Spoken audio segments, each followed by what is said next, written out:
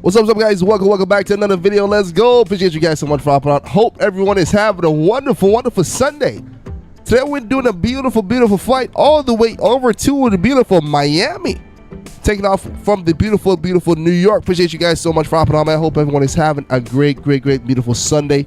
Right now we got, hey, what's up, JJ? We got Max in the house. We got Rio. I see you in front of me flying, man. Shout out to you. We got LT Liam. Welcome to the stream, man. Alexis, much love. Hope everyone is having a wonderful night once again. Willie, good to see you, bro. All right, let's go ahead and get this beautiful flight started in 3, 2, 1. Let's go. All right, guys, we have a fun, packed stream today, guys. We're going to be having the awesome Treesy, the awesome CFI on in just about 5 minutes or so. And after that, we're going to be having Rio and Brian on the stream also. I know Brian says he's going to be on a little bit later tonight. Tonight, in about the next 30 minutes or so, we'll be on. Good to see you. What's up, Cameron? Welcome to the stream, man. I hope you're having a wonderful day. Make sure you guys smash that like button. Masty11, good to see you, bro. Alexis, what's going on, man? Oh, man. We are getting some wind on takeoff. All right, guys, so we're expecting a bunch of wind, a bunch of rain on this flight over to Miami. The forecast says it's going to be wild, but we're going to see what we can do. Oh, man, look at that crosswind. Shout out to everybody on TikTok. Shout out to everybody on YouTube. Hope everyone is having a good day once again. Marsha said, hey, Trip. I got to take a milestone tomorrow. I'm scared. A milestone? What you going to be taking? But yeah, right, Rio, how's the day going, bro? How's Jordan doing? What you guys have for breakfast or lunch? Right now, guys, thank you so much for hopping on. 235 knots, 2,000 feet and going up. I'm flying my favorite airplane today. Looking forward to it. So we're going to give it 5 more minutes. Then we're going to give Treesy a call and have him on the podcast. He's a CFI, one of the youngest ever certified flight instructor ever in the USA. Oh, you're going to have a test tomorrow. You got this, bro. You got this, bro. And we all believe in you, man. Just make sure you study up, get some good sleep tonight, get some good breakfast tomorrow morning. Should be good to go. I'm much love.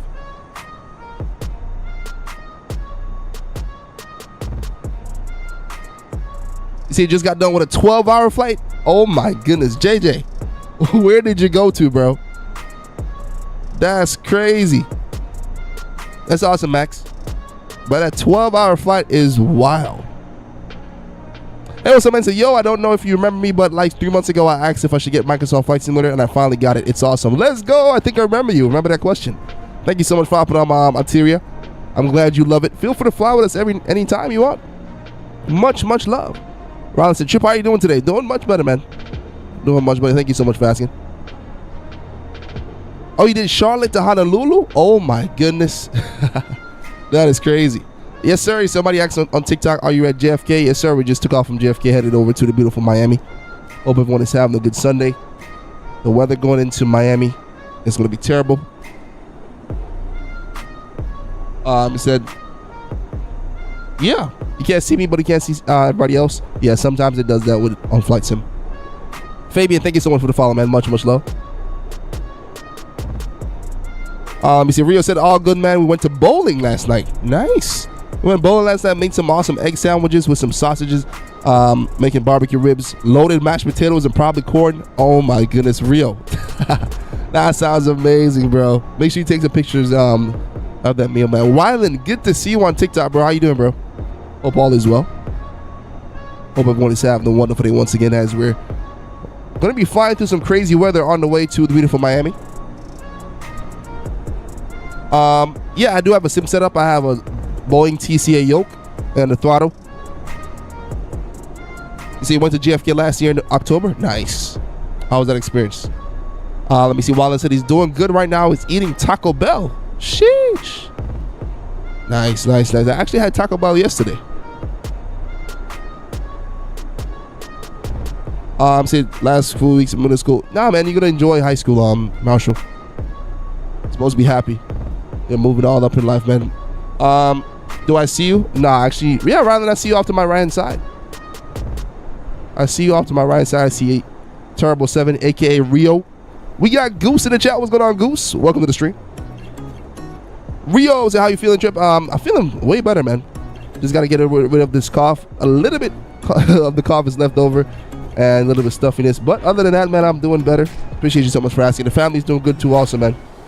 I didn't get to stream on church, the church YouTube, because YouTube had take 48 hours or so to review the channel and all that stuff. So, well, yeah. I said, awesome. I want to get a setup. You think I should get a yoke or a flight stick? I forgot what it's called. Ooh, the joystick. Honestly, man, it's up to you. I had both, and I honestly prefer the yoke, but it also depends on what airplane you fly. So if you prefer to fly Airbus, I would definitely say if you want to be more realistic, I would 100% probably go with the joystick. If you fly Boeing, go with yoke. All right, guys, at this point in time, we're going to be giving Treesy a call. He is a certified flight instructor. We're going to have him on the stream. If you guys have any questions to ask him, feel free to ask. I want to see if we can give him a call right now.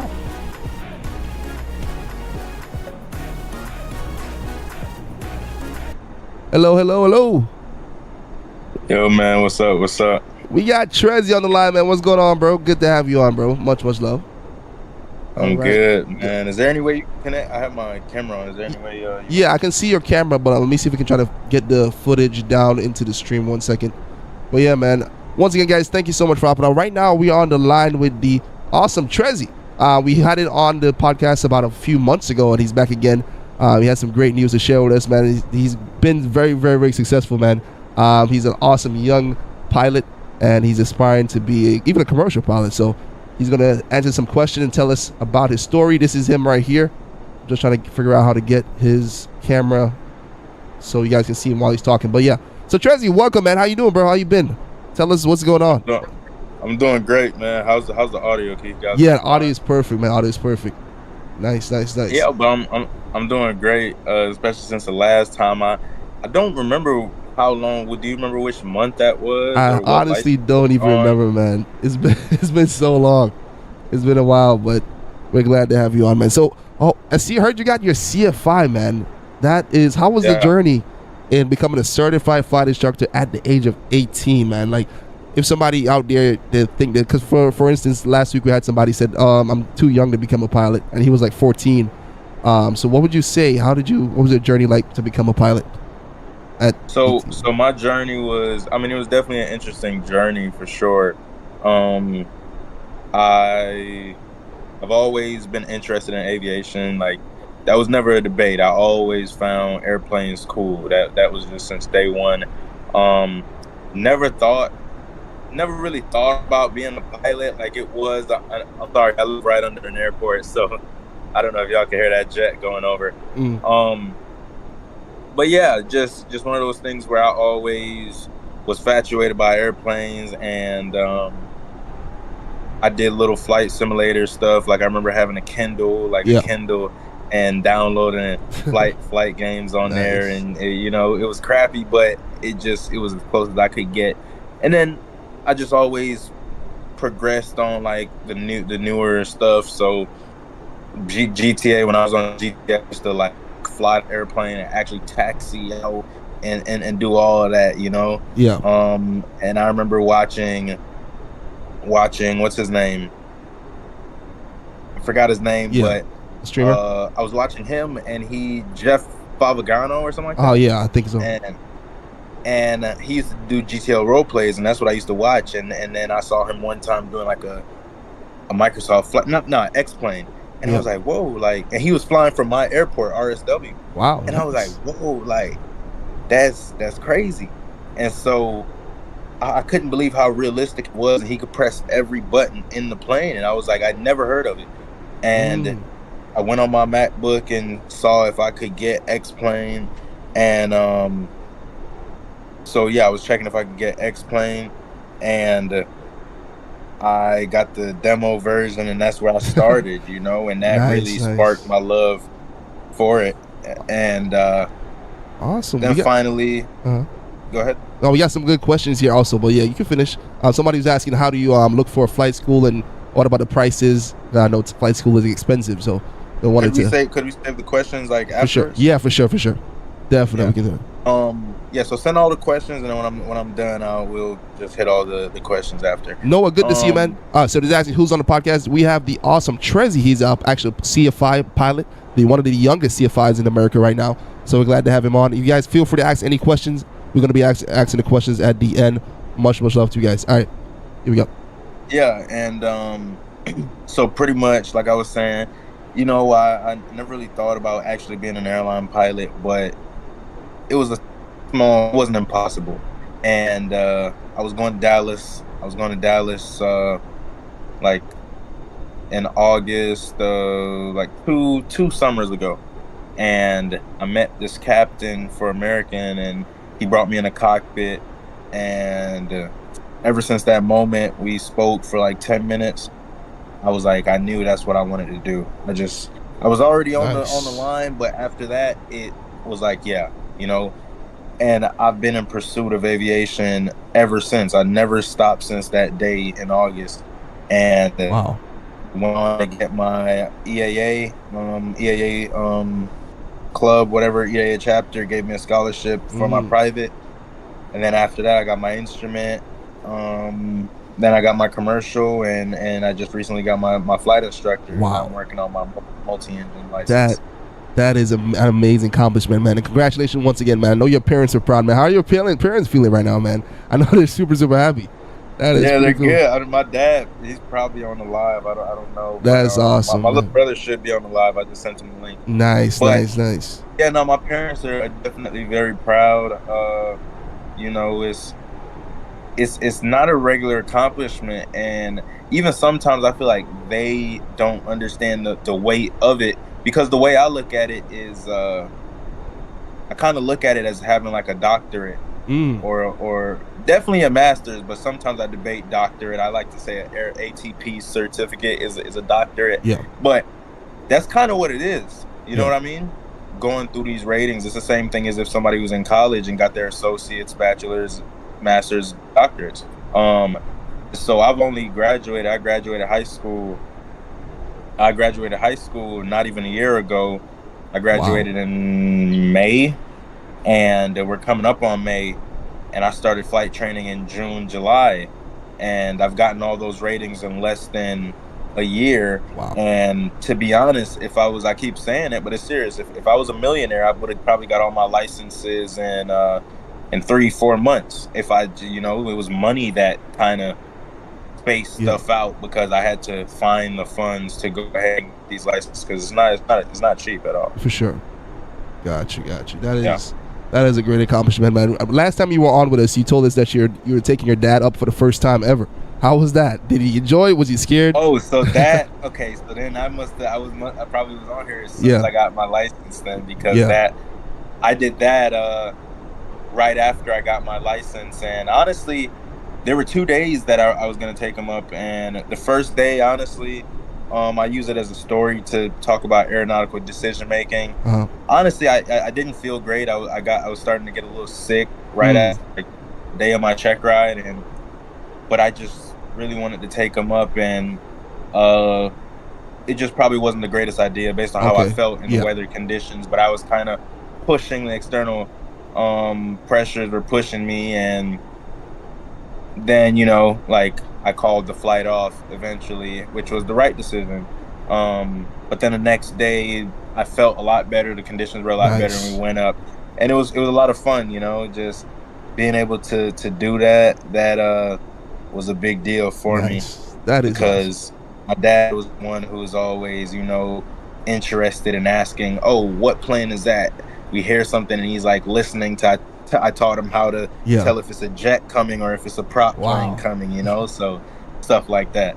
That is amazing, man. If your dad is watching right now, shout out to your dad, man. I know you're proud of your son, man. You and your mom, your wife, raised an awesome son, man. Shout out to your parents and your family that are watching right now. Shout out to George, everybody in the chat, on TikTok, on your YouTube.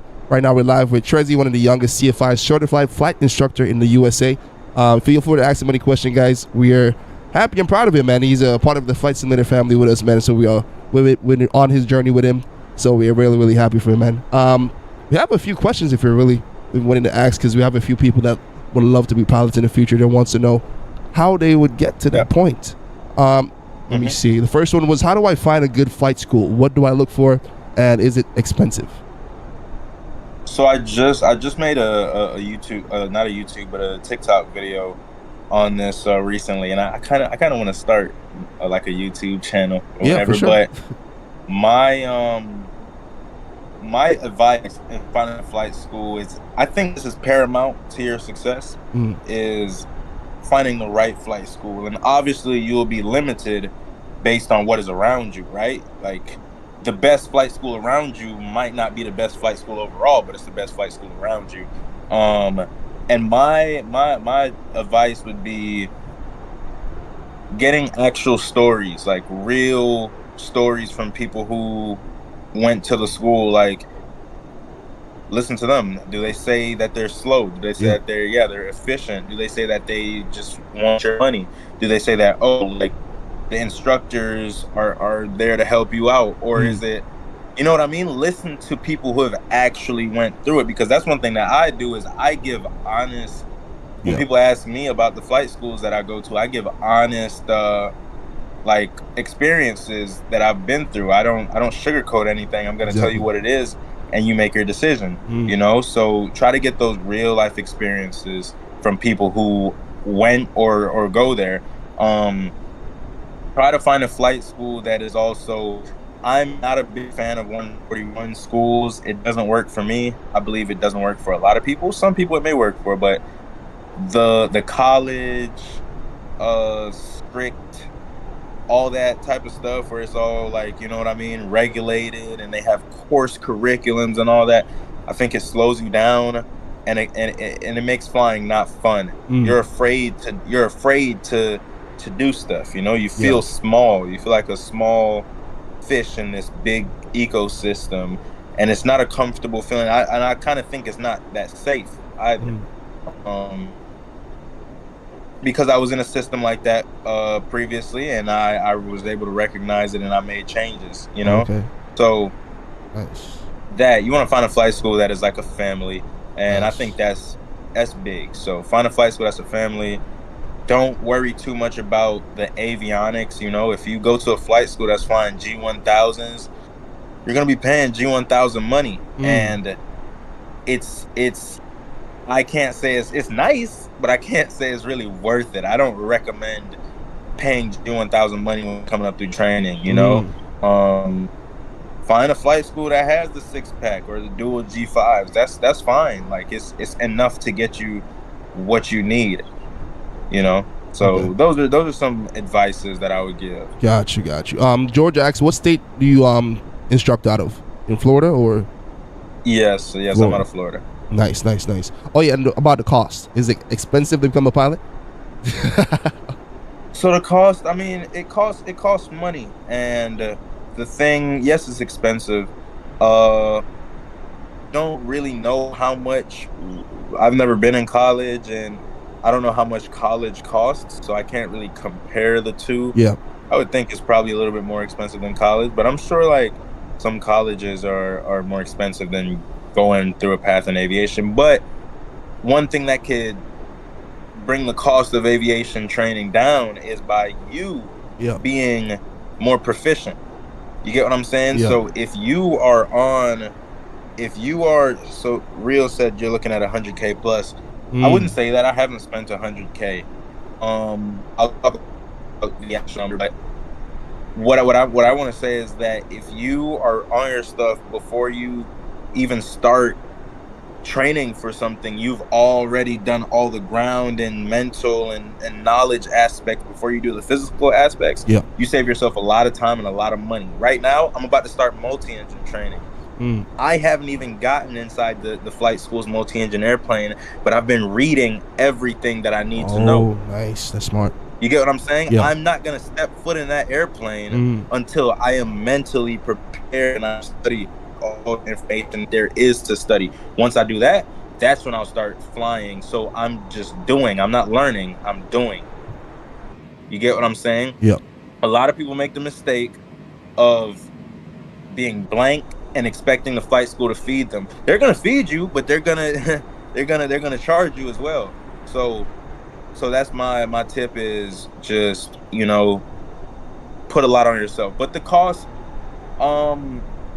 my private pilot's license, I had a great school with good rates, so rates vary. My private pilot scholarship I got was $11,000, and I probably came up $1,500 out of pocket.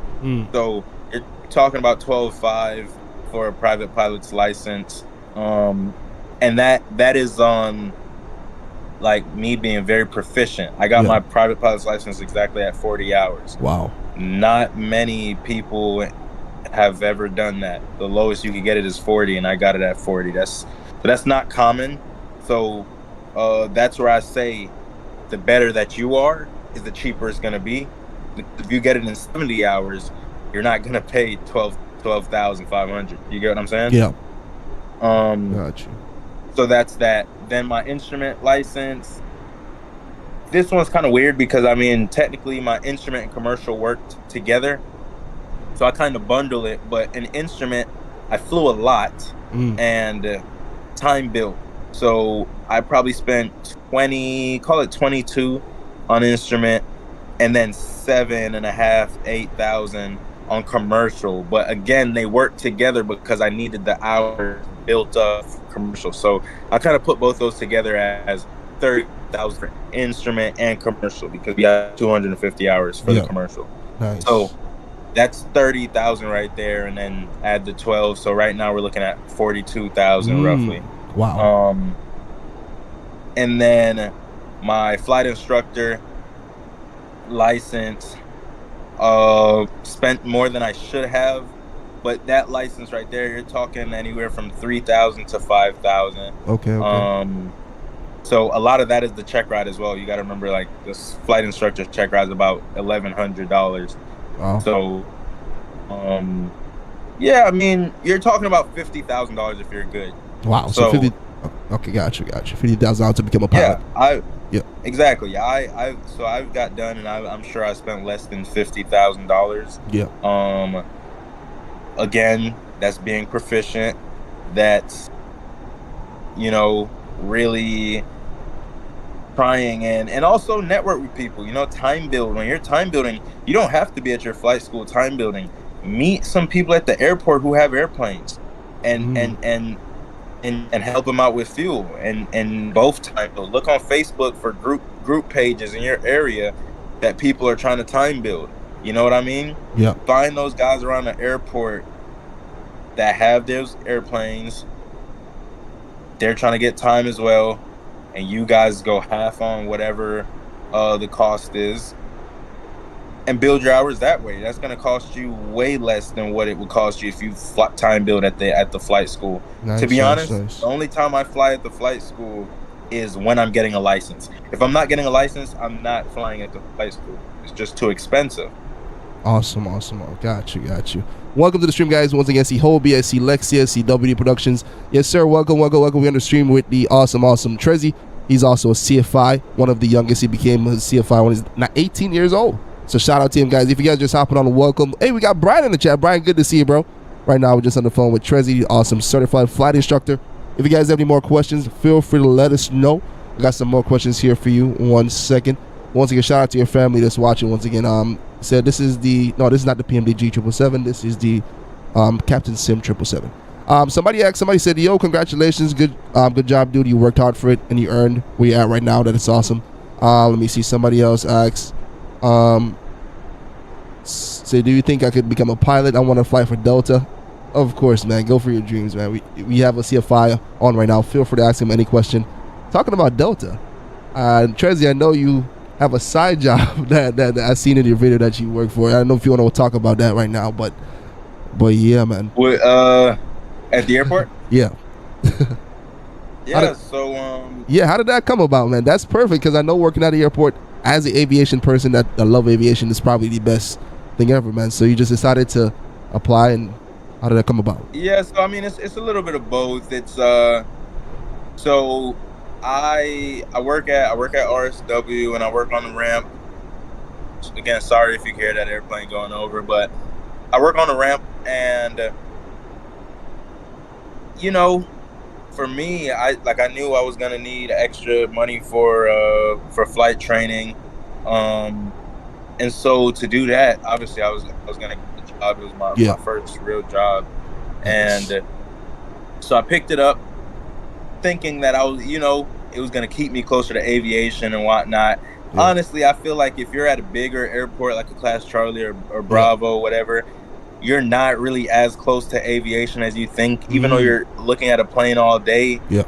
you're not really close to aviation. A lot of the guys know nothing about airplanes. Even the maintenance guys, Yeah. it's like they don't know anything, you know? Yeah. So they're just regular people who just Got you. are working a job.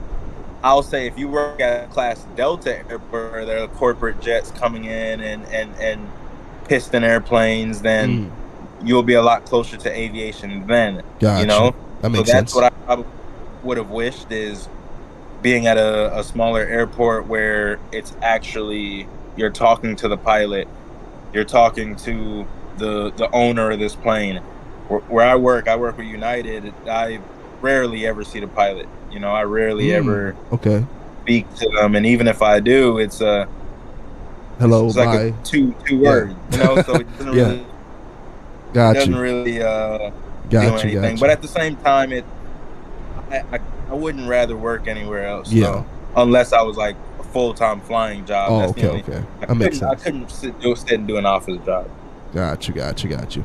Well, Brian, thank you so much for becoming once again a member of the channel, and much love to you, bro. Really appreciate you. Also, we have another CFI in the chat. His name is Captain Hobie. He said, "How do you manage instructor burnout?" So, I mean, I'm not there yet. Yeah, I know you just got it. I'm a newer instructor, so I don't have the. I'm not as busy yet. Yeah. But what I could say is, so I can't speak on burnout, but what I could say in terms of being an instructor that I've realized is it takes a lot more patience than I initially thought. But it just comes with the territory. You have to be more calm, patient, and understand that it's not as easy as you think it is. You know, it's easy to be blinded. If you're a millionaire, you were raised a millionaire your whole entire life. No, let's say you were raised in poverty and then you became a millionaire. You've been a millionaire longer than you've been in poverty. You can you guys still hear me? I was getting the call. Yeah, I can see you now. Yeah, I'm sorry. I was getting the call there. But yeah, you could kind of get blinded by that and forget what it's like to be in poverty, and you're kind of insensitive, you know, because you've been a millionaire for so long. And that's how I kind of feel about like being an instructor. It's so long ago that, you know, it was 500 hours ago that I was a brand new student, which, I mean, that's a long time. So you could kind of forget what it's like to be a new student, and so you could tend to expect a lot more and a bit harder, and you got to kind of calm down and say, nah, you know, it's not that easy. Let's give it more time. So that's what I've realized, and I'm getting better at it for sure. Got you. Thank you so much, man. We're gonna do probably one more question and I'll let you go. I have a question here from, I think it was, Brian said, he works at United. Yeah. So he works at United and he's a pilot, man. So that's pretty cool. We always talk about United and Delta being one of the top airlines in the U.S. right now. So that's pretty cool that you work for United. Let me see. Somebody asked a question, said, what part of Florida? Because I'm in Tampa. I don't know if you want to disclose. Yeah, I'm in Southwest Florida. So what do you call it? Fort Myers. Fort Myers. Got you. All right, so the last question I have here, somebody said, what would you tell someone that is kind of anxious or nervous about flying, but they want to become a pilot? Interesting. So they're nervous about flying, but yeah, I mean, as far as being nervous about flying, I don't know. That's a weird one for me because I've never been nervous. You know, even thinking back as a kid, it's kind of a hard question for me to answer because I feel like I'm talking from inexperience. But what I think though, you know, because my mom, she'll say when she gets on an airplane, she's a lot more comfortable because I fly. You know, I like, there are days I'm going out and flying, and I say, all right, I'm going out, and then I just come back. You know what I mean? So it's like a normal thing, if that makes any sense. Any sense. So if you look at the percentage of aviation accidents that are fatal, aviation accidents, period, and the amount of car accidents, I mean, the exactly, it's the different. numbers are staggeringly different. And once you realize, like, yeah, a lot of planes take off every day, and pretty much none of them exactly get into any catastrophic incidents, it kind of makes you realize that no, it's like it's a routine thing. So true. yeah, just that would be my advice, is think about how many planes fly if there's an aviation accident, you're gonna hear about it. So if you haven't heard of it, it never happened. Exactly. You know? And that's the thing. If there's a plane accident, you're gonna hear about it. But if there's a car accident, you'll never hear about it because it's a regular occurrence. You get what I'm saying? 100%. So I think that's my advice to, like, it's routine. If something was to happen, that's like 1 in a million. That's crazy, man. But yeah, man, I appreciate you being on here, man. Oh, one more thought. I have a video that I just posted. It has 900,000 views right now. That's crazy. So basically on April 15th, airplane, I think it was a Delta. Was it United airplane was flying, and then the passenger went into the bathroom and actually wrote on the board that says, "I have a bomb." And the plane had to divert and land and all type of stuff. That's crazy stuff. So do you guys, becoming a pilot, do you guys prepped for that type of situation, or is that later on? Do you talk about, like, if you have a situation where a passenger is being disruptive or potential bomb on the plane, stuff like that? What is the routine for that, stuff like that? So, I mean, with that, I mean, I think that's more of an airline thing. I know those guys say, like, they would train for threats. You know, I know they have like level 1, level 5, and stuff like that. But as for me, at the level that I'm at, as far as I know, the only training I have is it's the squawk and the transponder, the squawk 7500, which would say we have a hijacking, or 7700 to say we have an emergency. That's, you know, the only thing that I could really say, because my planes, you know, I could see all my passengers with my eyes. True. While you're in an airliner, you don't really know what's going on. So man. Anybody I'm flying, I know who I'm flying, but exactly. What I can say is I was told by someone that being a DPE or even a flight instructor, if you're going up with a new student, a new person, it's nice to always have a something to defend yourself. Yeah. Because you never know what could be going through somebody's head. True. You don't know what their motive is, you know. This is your first time ever flying with them. You know, especially if you're a DPE, you're going up and you're telling someone, yeah, I gotta fail you, and they've put all their money, blood, sweat, and tears into it. That could be their last straw, and after that, nothing else could matter. So having something on you to defend yourself is something that I was told before, which makes a lot of sense.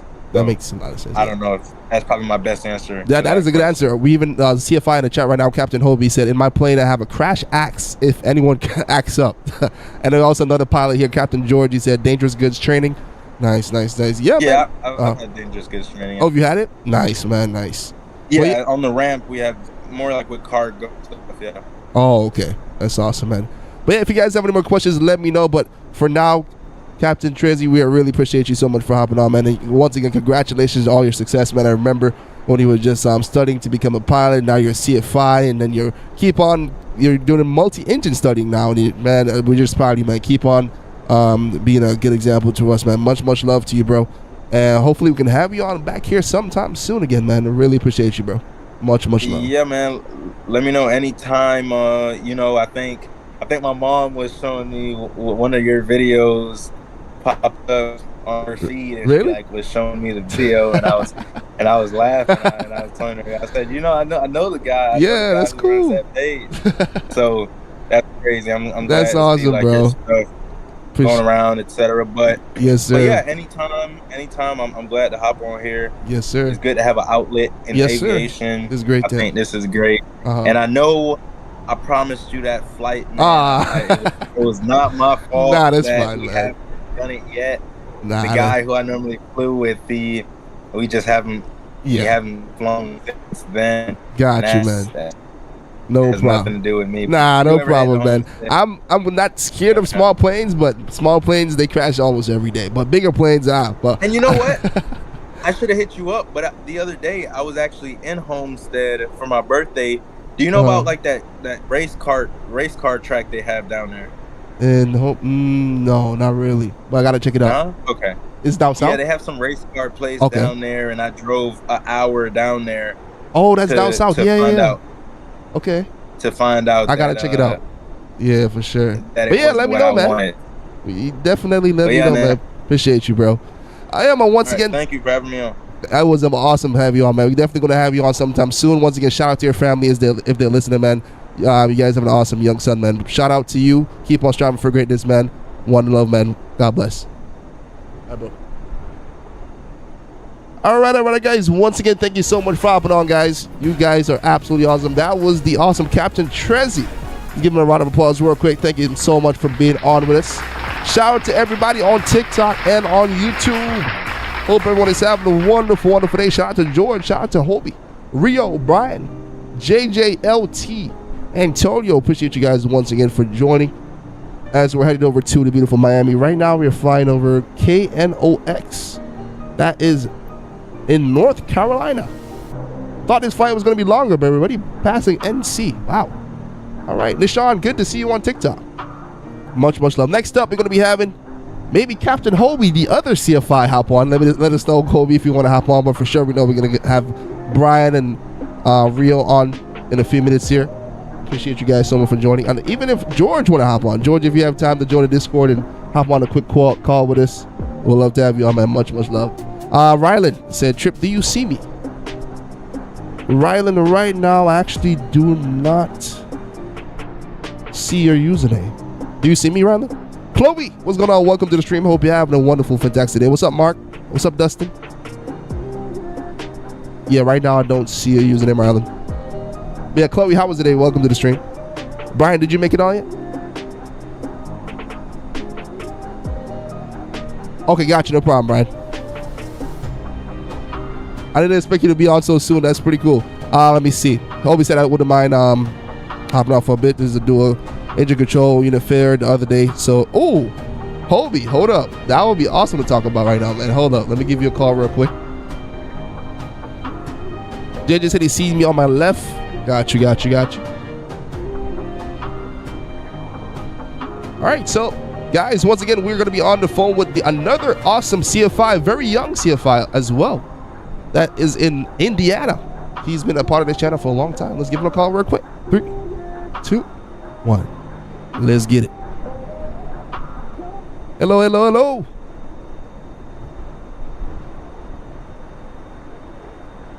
Captain Hobie. Let's give it a few seconds here.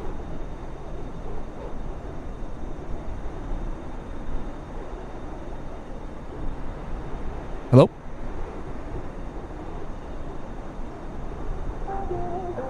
All right, so let's give it a few more seconds for Captain Hobie. Hello? You there, Trip? Yes, sir. Captain Hobie, what's going on, man? Good to hear from you, man. You hear me? Yeah, I can hear you. Awesome. Yeah, man. How you doing, bro? How's the weekend been, bro?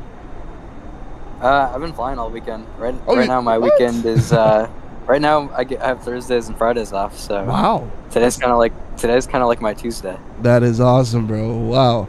That's pretty cool, man. But yeah, how's flying been, man? He said you had a dual engine control unit failure the other day. What in the world? So explain what that is.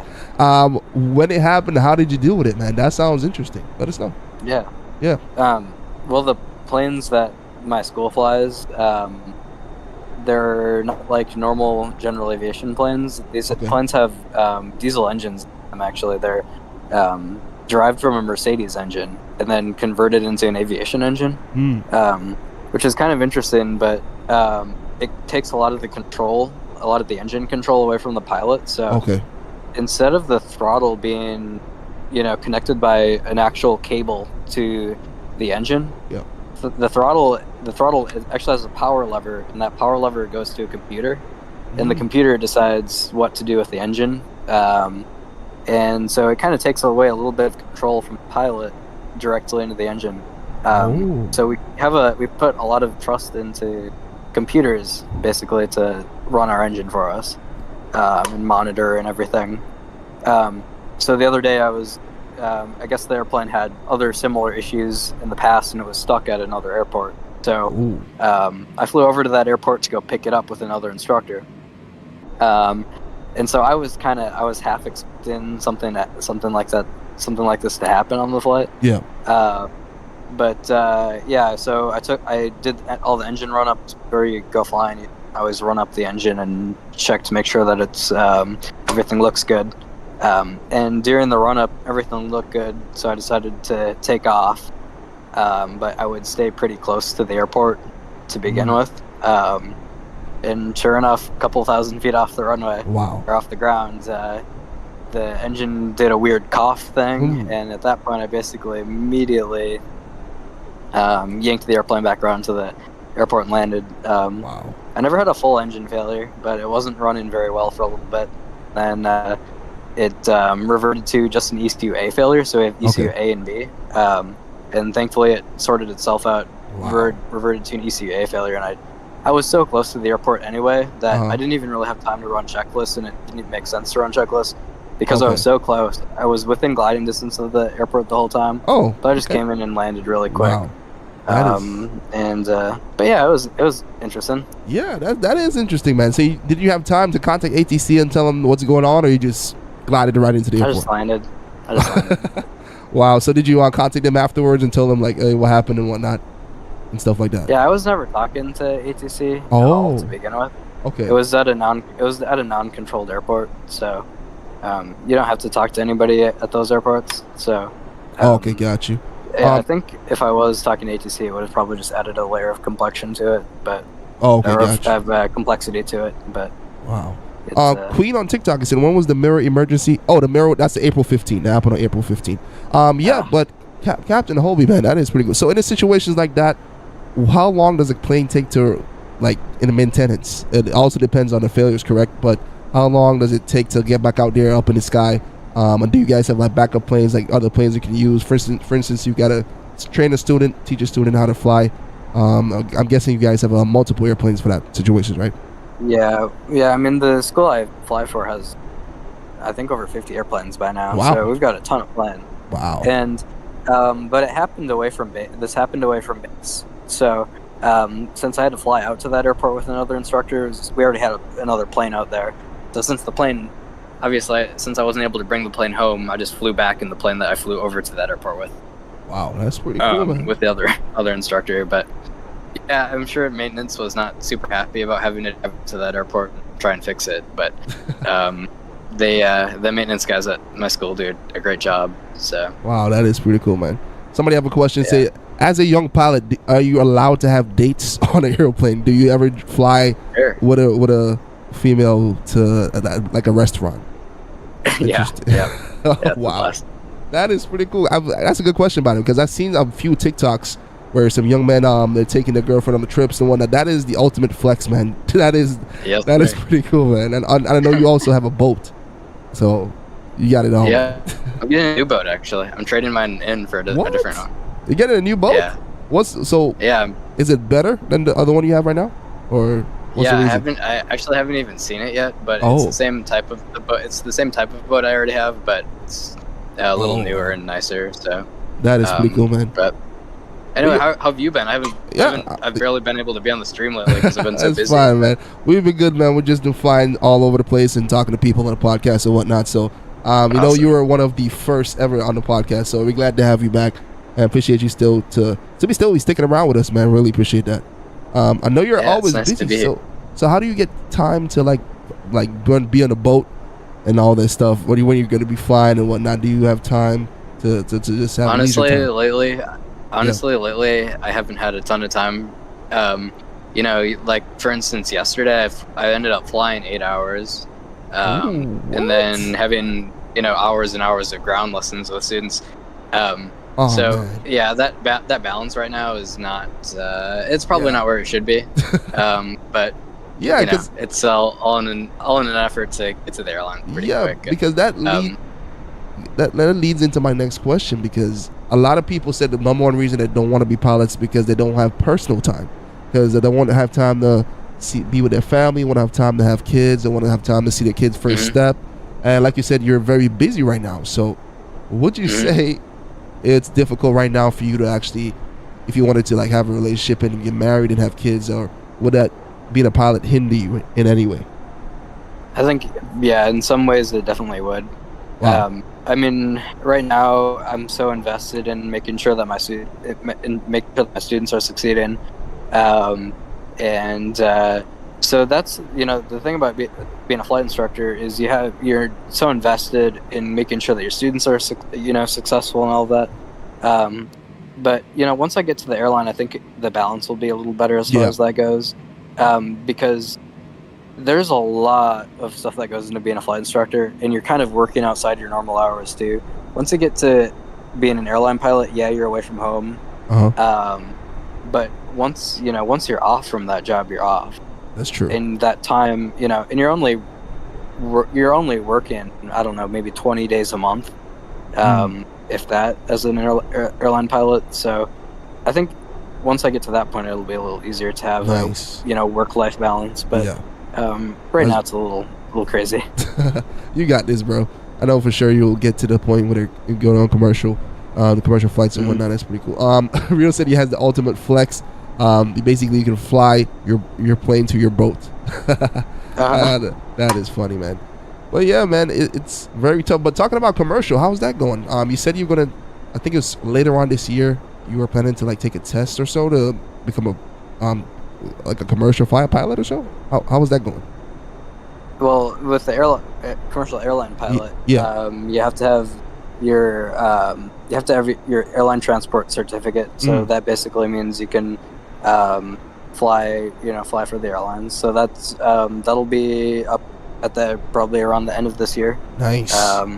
So I'm not exactly sure how it all works, but there's a whole bunch of tests. The airline has their training, and within that training, you take your airline transport test, and then you get type rated I'll be flying the Embraer 175, so I'll get type rated on that. Oh, man. That's basically the FAA giving you a certificate saying, yep, you are rated to be able to fly this jet. And then there's some other airline training involved with it, but yeah, that'll all be probably right around the end of this year. Awesome, bro. Awesome. Brian, he said the Embraer 175, man. That is a beautiful plane. Make sure you take a picture whenever you start to fly the airplane. We'd love to see some the pictures and videos. Oh, man, that's awesome, bro. We're extremely happy for you, man. We're proud of you. Keep on going, striving for greatness, man. And, we'd love to have you fly with us if you have time today also, but appreciate you so much for stopping on, man. I really appreciate you, bro. Much love. Yeah, of course. Yeah, I might, how much longer are you guys going to be on for? Actually, we'll be on to the 3 hour. This is a 3 hour stream, so we started at 6. I'm on 3:45, so it should be off for like almost 7 or so. But yeah, man, appreciate you so much once again. Much love. We'll catch you in the line, man. Appreciate you, bro. Awesome. See you later. Cool. I'll talk to you later. Bye. All right, bro. God bless. You too. Bye. Ladies and gentlemen, give it up for Captain Hobie. Let's go. Thank you so much for being on once again, Captain Hobie. Much love to you, bro. Congratulations on all your success and your future success. Much love. We got Rio. Oh, got you. Shout out to you, Rio. He said Jordan's right there watching the stream too. Nice. Shout out to Jordan. Brian said Embraer. Let's go. Yes, sir. Embraer is one of my favorite airplanes in real life and on stream. I thank you guys so much for 25 likes. Let's get it. Brian, what'd you get for dinner, man? What did you get? Also, Rio, how did the dinner turn out? This is the 777-GE. How's my weekend? Weekend was good, man. Not too bad. Yesterday wasn't feeling so good because of the cold, so I stayed home from church. But other than that, feeling a little bit better today. He said your sim is not working, LT. What's going on? Once again, appreciate you guys so much for joining. We are now on a journey over to Miami. Took off from JFK about probably 55 minutes ago. 50 minutes ago right now. We're flying over Beaufort, North Carolina. Headed over to the beautiful MIA. Right now, in terms of nautical miles, we are 570 nautical miles away. Let me know how far you guys are right now. Let me see. Rio said the ribs in the oven and the potatoes are boiling right now. Nice, man. Nice. Let's go. So it should be ready around about 5 o'clock or so. Nice. You see people online, but Trip, I don't see you. Yeah, man, sometimes that happens. But double check that you're on the East USA server. East USA server. Once you can find that, you should be able to see us. Rio said he's 540 nautical miles away. Sheesh. Man, we're getting closer and closer. That's basically regular flights we always do. We got Willie in the chat. Willie, welcome to the stream. I hope you're having a fantastic evening. Much love. I said, have a safe flight. Shout out to you. Where's Rocco at? Oh, yeah, Rocco did say in the chat that he, I think he said he's at the barber shop and there's a lot of people there, so he's going to be about an hour late. So he should be hopping on right before we land or so. Hannah, thank you so much for joining. Much love. Noel, Rich, appreciate you guys so much for hopping on. Logan.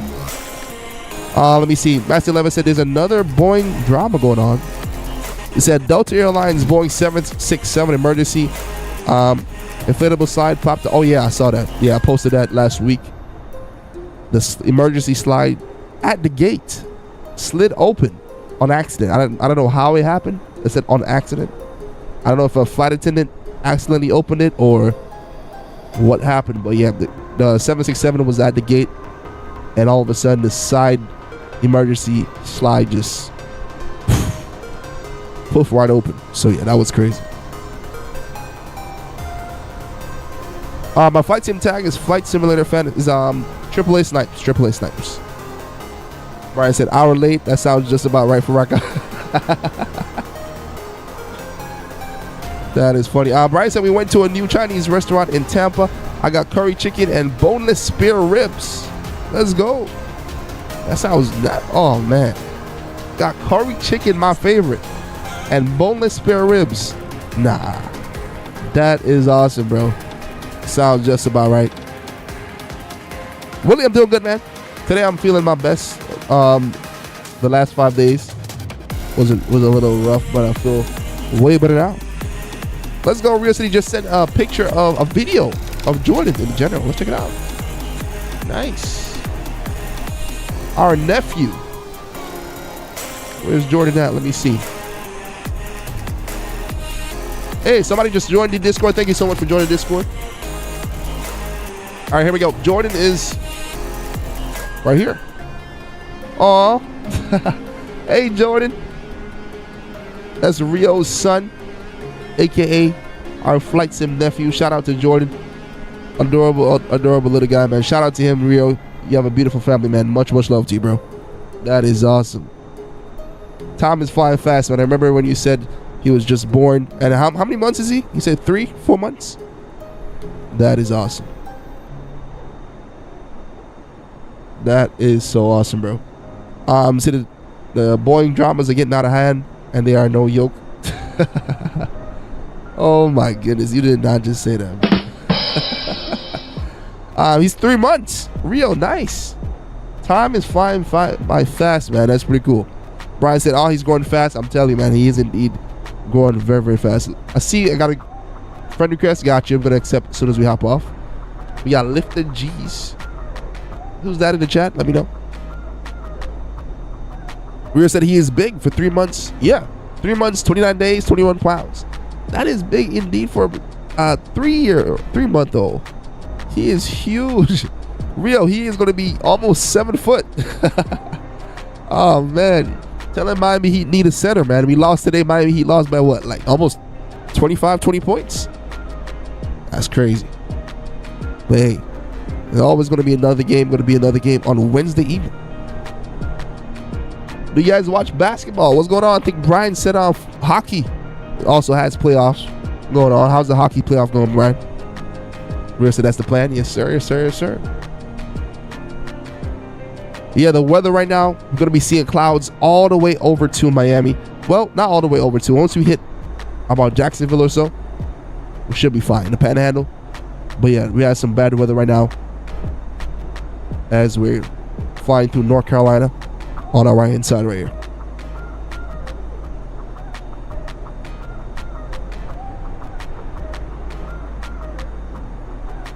Yeah, he's going up super fast. Willie, how's Deja doing? How's Deja doing? Give her our love. He said, yes, sir, the Lightning are playing right now. I had to record it because I have been busy today. Got you, man. Nice. They're playing right now. Awesome. Every time I try to record a game, I actually see or somebody post about the score and kind of spoil it for me. That's great. Carlos, thank you so much for the follow, man. Much love. Hope everyone is having a wonderful day once again. Much love to you guys. Yeah, Rio, let me know if you're free. If you want to hop on. I know Jordan is right there. Don't want it. If he's sleeping, I know he can't be on the phone, but let us know if you can be on just a few minutes. We're going to talk a little bit about some basketball because I want to hear your take on the Miami Heat right now because we just lost terribly. And also, I know you're doing some flying right now in front of us. And also, you did say you're going to be a pilot also. So, want to hear your plans on becoming a pilot and whatnot. So, feel free to let us know when you're able to hop on the street. Brian said they're playing the Florida Panthers right now, who are close to you in Miami. Really? I'm going to have to check it out. Florida Panthers. Yeah, I'm going to see how close they actually are to me. Thank you guys so much for 26 likes. Trying to get to 30, maybe 40 likes before we land. Much love.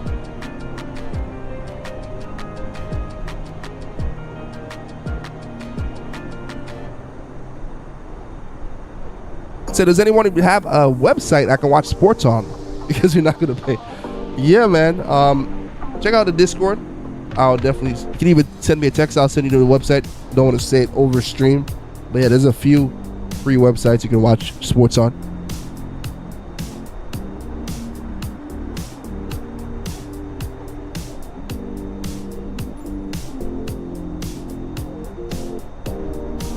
Once again, hope everyone is having a wonderful night.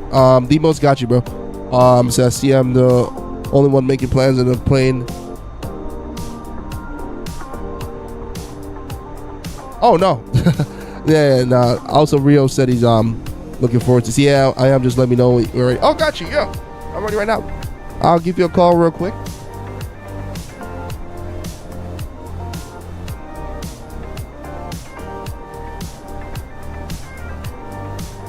All right, so yeah, Rio, I'm gonna give you a quick call right now. You see DM me, Rylan? Got you, bro. Is this the PMDG 777? No, sir. This is the 777-GE, the cargo version of the 777. All right, here we go, guys. We're going to give Rio a call in 3, 2, 1. Hello. 1 second. Got you. Hello. What's going on, Rio? What's going on, Trip? Let's go. Good to hear from you, man. On the line, guys, we have the awesome Rio. He's been an awesome family member of this channel for a long time, and so we're glad to have him on right now. He's also aspiring pilot. He's a 6'7" basketball / football player also. He does it all, man. And he just had a nice, awesome, adorable son, 3 months old. So congratulations to him once again. And yeah, man, how's the day going, Rio? Good. Cooking, babysitting. My girlfriend just went to the store, grab some stuff, flying. Wow. I'm multitasking right now. I was about to say, man, you're a multitasker, bro. That's a lot. You're cooking, babysitting, and that's great. And flying also, because I think you're in front of me. Yeah, I see you right there. You're in yeah, that's crazy, man. Awesome. Wait, you flying the Airbus A320? I thought he was going to pull out the 777. The A380, but... Oh, yeah. Okay. Oh, okay. Got you. But yeah, man, so let us know about your plans, man. I know you've been talking to Captain Nick, and I see you in the chat talking about becoming a pilot. So how's that journey going? Do you have a time limit on these, like next 4 or 5 years, or next year you're going to start pursuing it next month? When do you plan to start to pursue your I already looking at this thing. So I found this thing on TikTok. It's called Pilot Institute. There's a girl. She has like a Cherokee Piper, and like she starts about at school. So everything's like do it yourself. So like you go at your own pace, and then you go through different modules. They got like teachers you can talk to and all that stuff. So in December, I decided, like, you know what? Once everything cools down and all that stuff, I'm about to tackle it. And like you can go all the way, and it's cheap too. Nice. I think for like a lifetime like membership, whatever, to get all the stuff. I think it's like $1,000. Okay. Wow. Yeah. So that is it's really cheap. That is not bad at all. Yeah, and has Captain Nick been any help in the chat with asking questions about how to get certain stuff done and whatnot? Yeah. Nice. Yeah, Yeah. I'm gonna have to check up on him also because I think last week Thursday he did indeed do the simulator. He was telling us about he's gonna be doing a simulator at Southwest. He got kind of nervous about that, but I'm pretty sure he did pretty well. I'm gonna check up on him and see. Well, yeah, man. Let me see. Rylan said, "Trip, you bought the ATR. It's a great plane." I'm not sure about the ATR. That plane is not the best. Not the best at all. But yeah, man. So do you have any specific airline? Let's say you get your license tomorrow. Do you have any specific airline you would like to fly for? Or are you just going to accept any airline that is offering you? What would you do? Take what you can get. I'll accept whatever. I like that. Yeah, man. A lot of people, for instance, I heard somebody said they would never accept a invitation from Spirit. I'm like, man, it's a job. It's a pilot job. That's what you want to do. No matter the airline, I'll still accept it, man. It's crazy.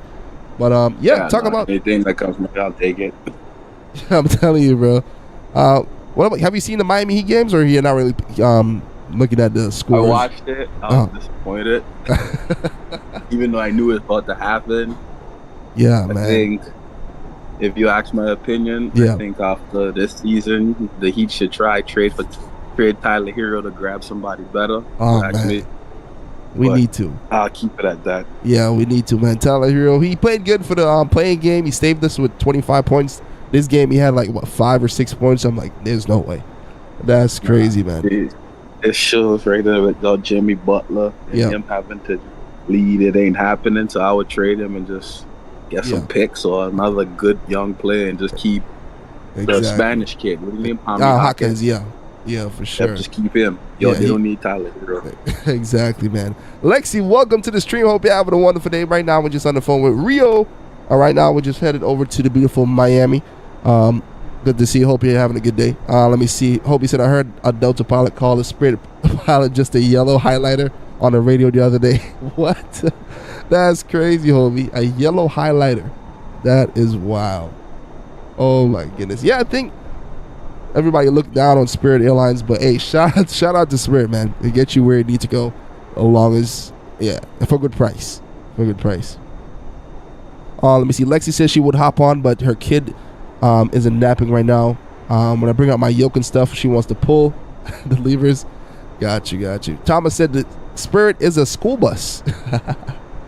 Indeed. Yeah, you fly Spirit school bus or Willie school bus. One of the two buses you fly.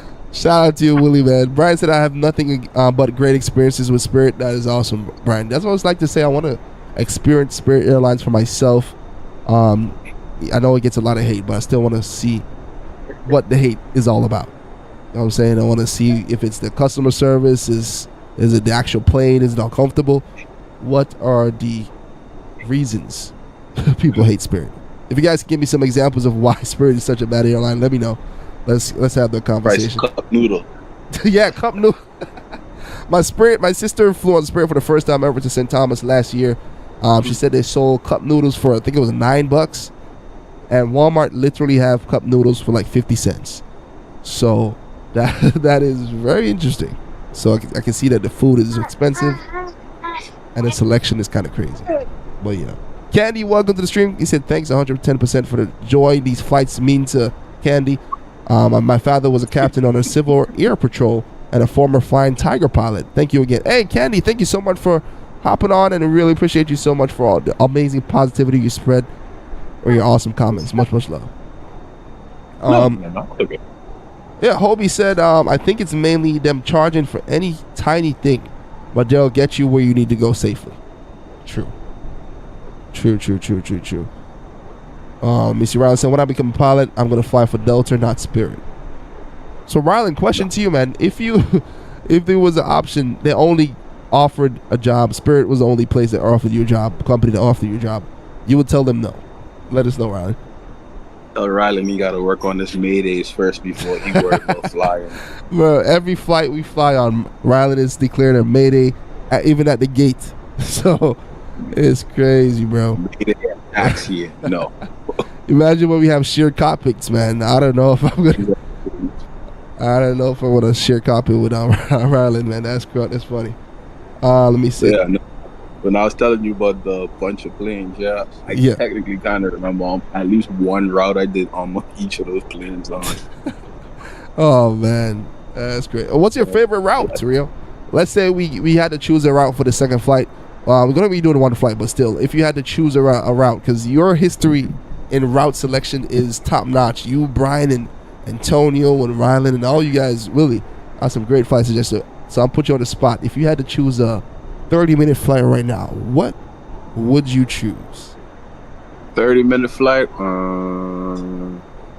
You know what? It's less than 30 minutes. You know what? I'll probably do Portland to Vancouver. I think that's like about 30 minutes or so. Wow. But either Seattle to Vancouver, because I think it's like 25 minutes. Nah. That is perfect, man. You're making me want to do a second flight, bro. That is awesome, man.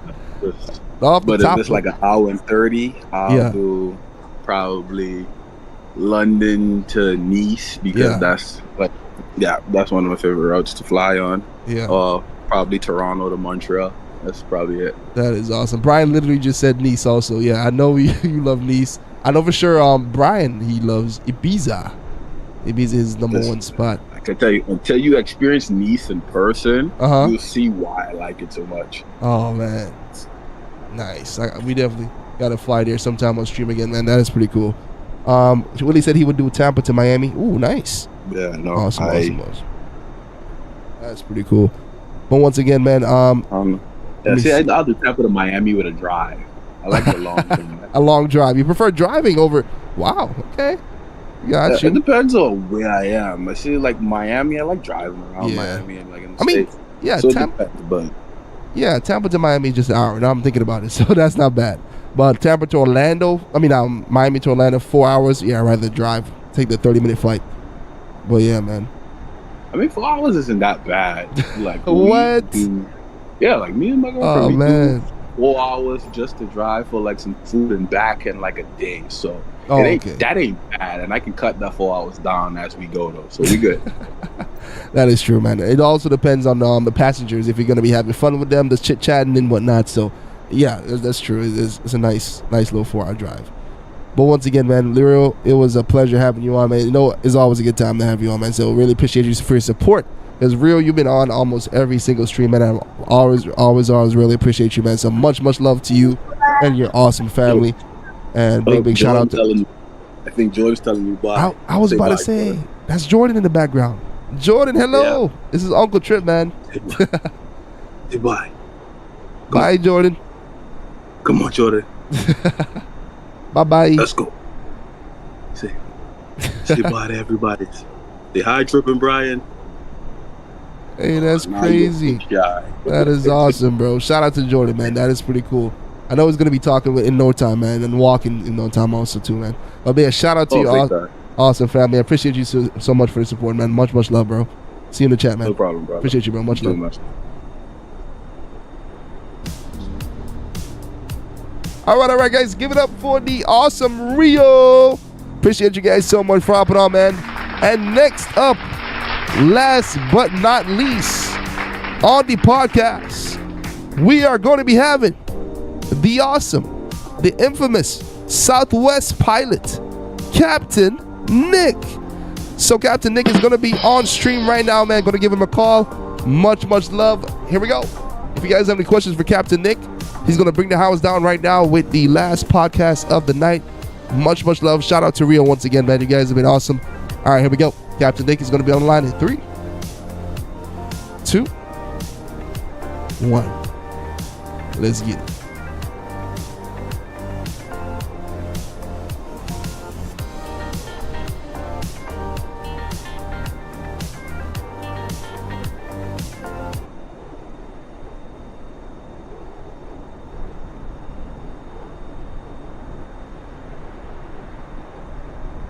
Here we go.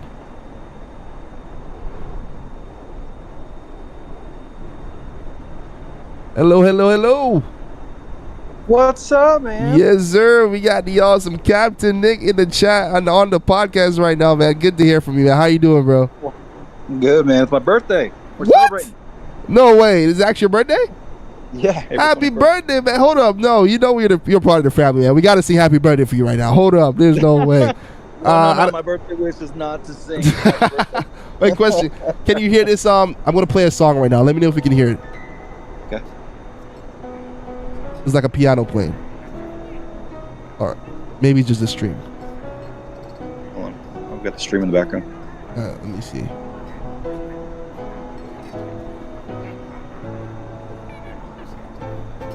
Can you hear it? No. Oh, no. Okay, now you're just going to have to play it for me in real life. All right, I'm still play it. Maybe we can watch it over the stream. But once again, happy birthday to you, Captain Nick, man. That is awesome. Thanks, Everybody man. in the chat is saying happy birthday, happy birthday, happy birthday. Happy birthday to you, man. I hope you have a wonderful day. And the fact that you're on the phone right now on your birthday is awesome, man. Thank you so much for being on. Yeah, man. I saw that you were streaming, and I was Yes, like, all right, I gotta sit in. Yeah, man. You perfect timing, man. We actually had a CFI, 2 CFIs on. We had Rio on, and you just come to close. Yeah. Just I just caught up when Rio was on. And I was Nice. like, Rio. Nice, man. I mentioned you so many times during the stream, man, and to have you on and to end off the stream is awesome, bro. So thank you so much for hopping on. But yeah, man, how did your week go, man? You know, we just spoke about it also with Rio, about you doing your simulator training last week. If you want to talk about it, let us know. How was that experience, man? It's always a nerve-wracking experience for me. Yeah. And I think, you attribute it to, if it didn't matter, it wouldn't be stressful, Yeah.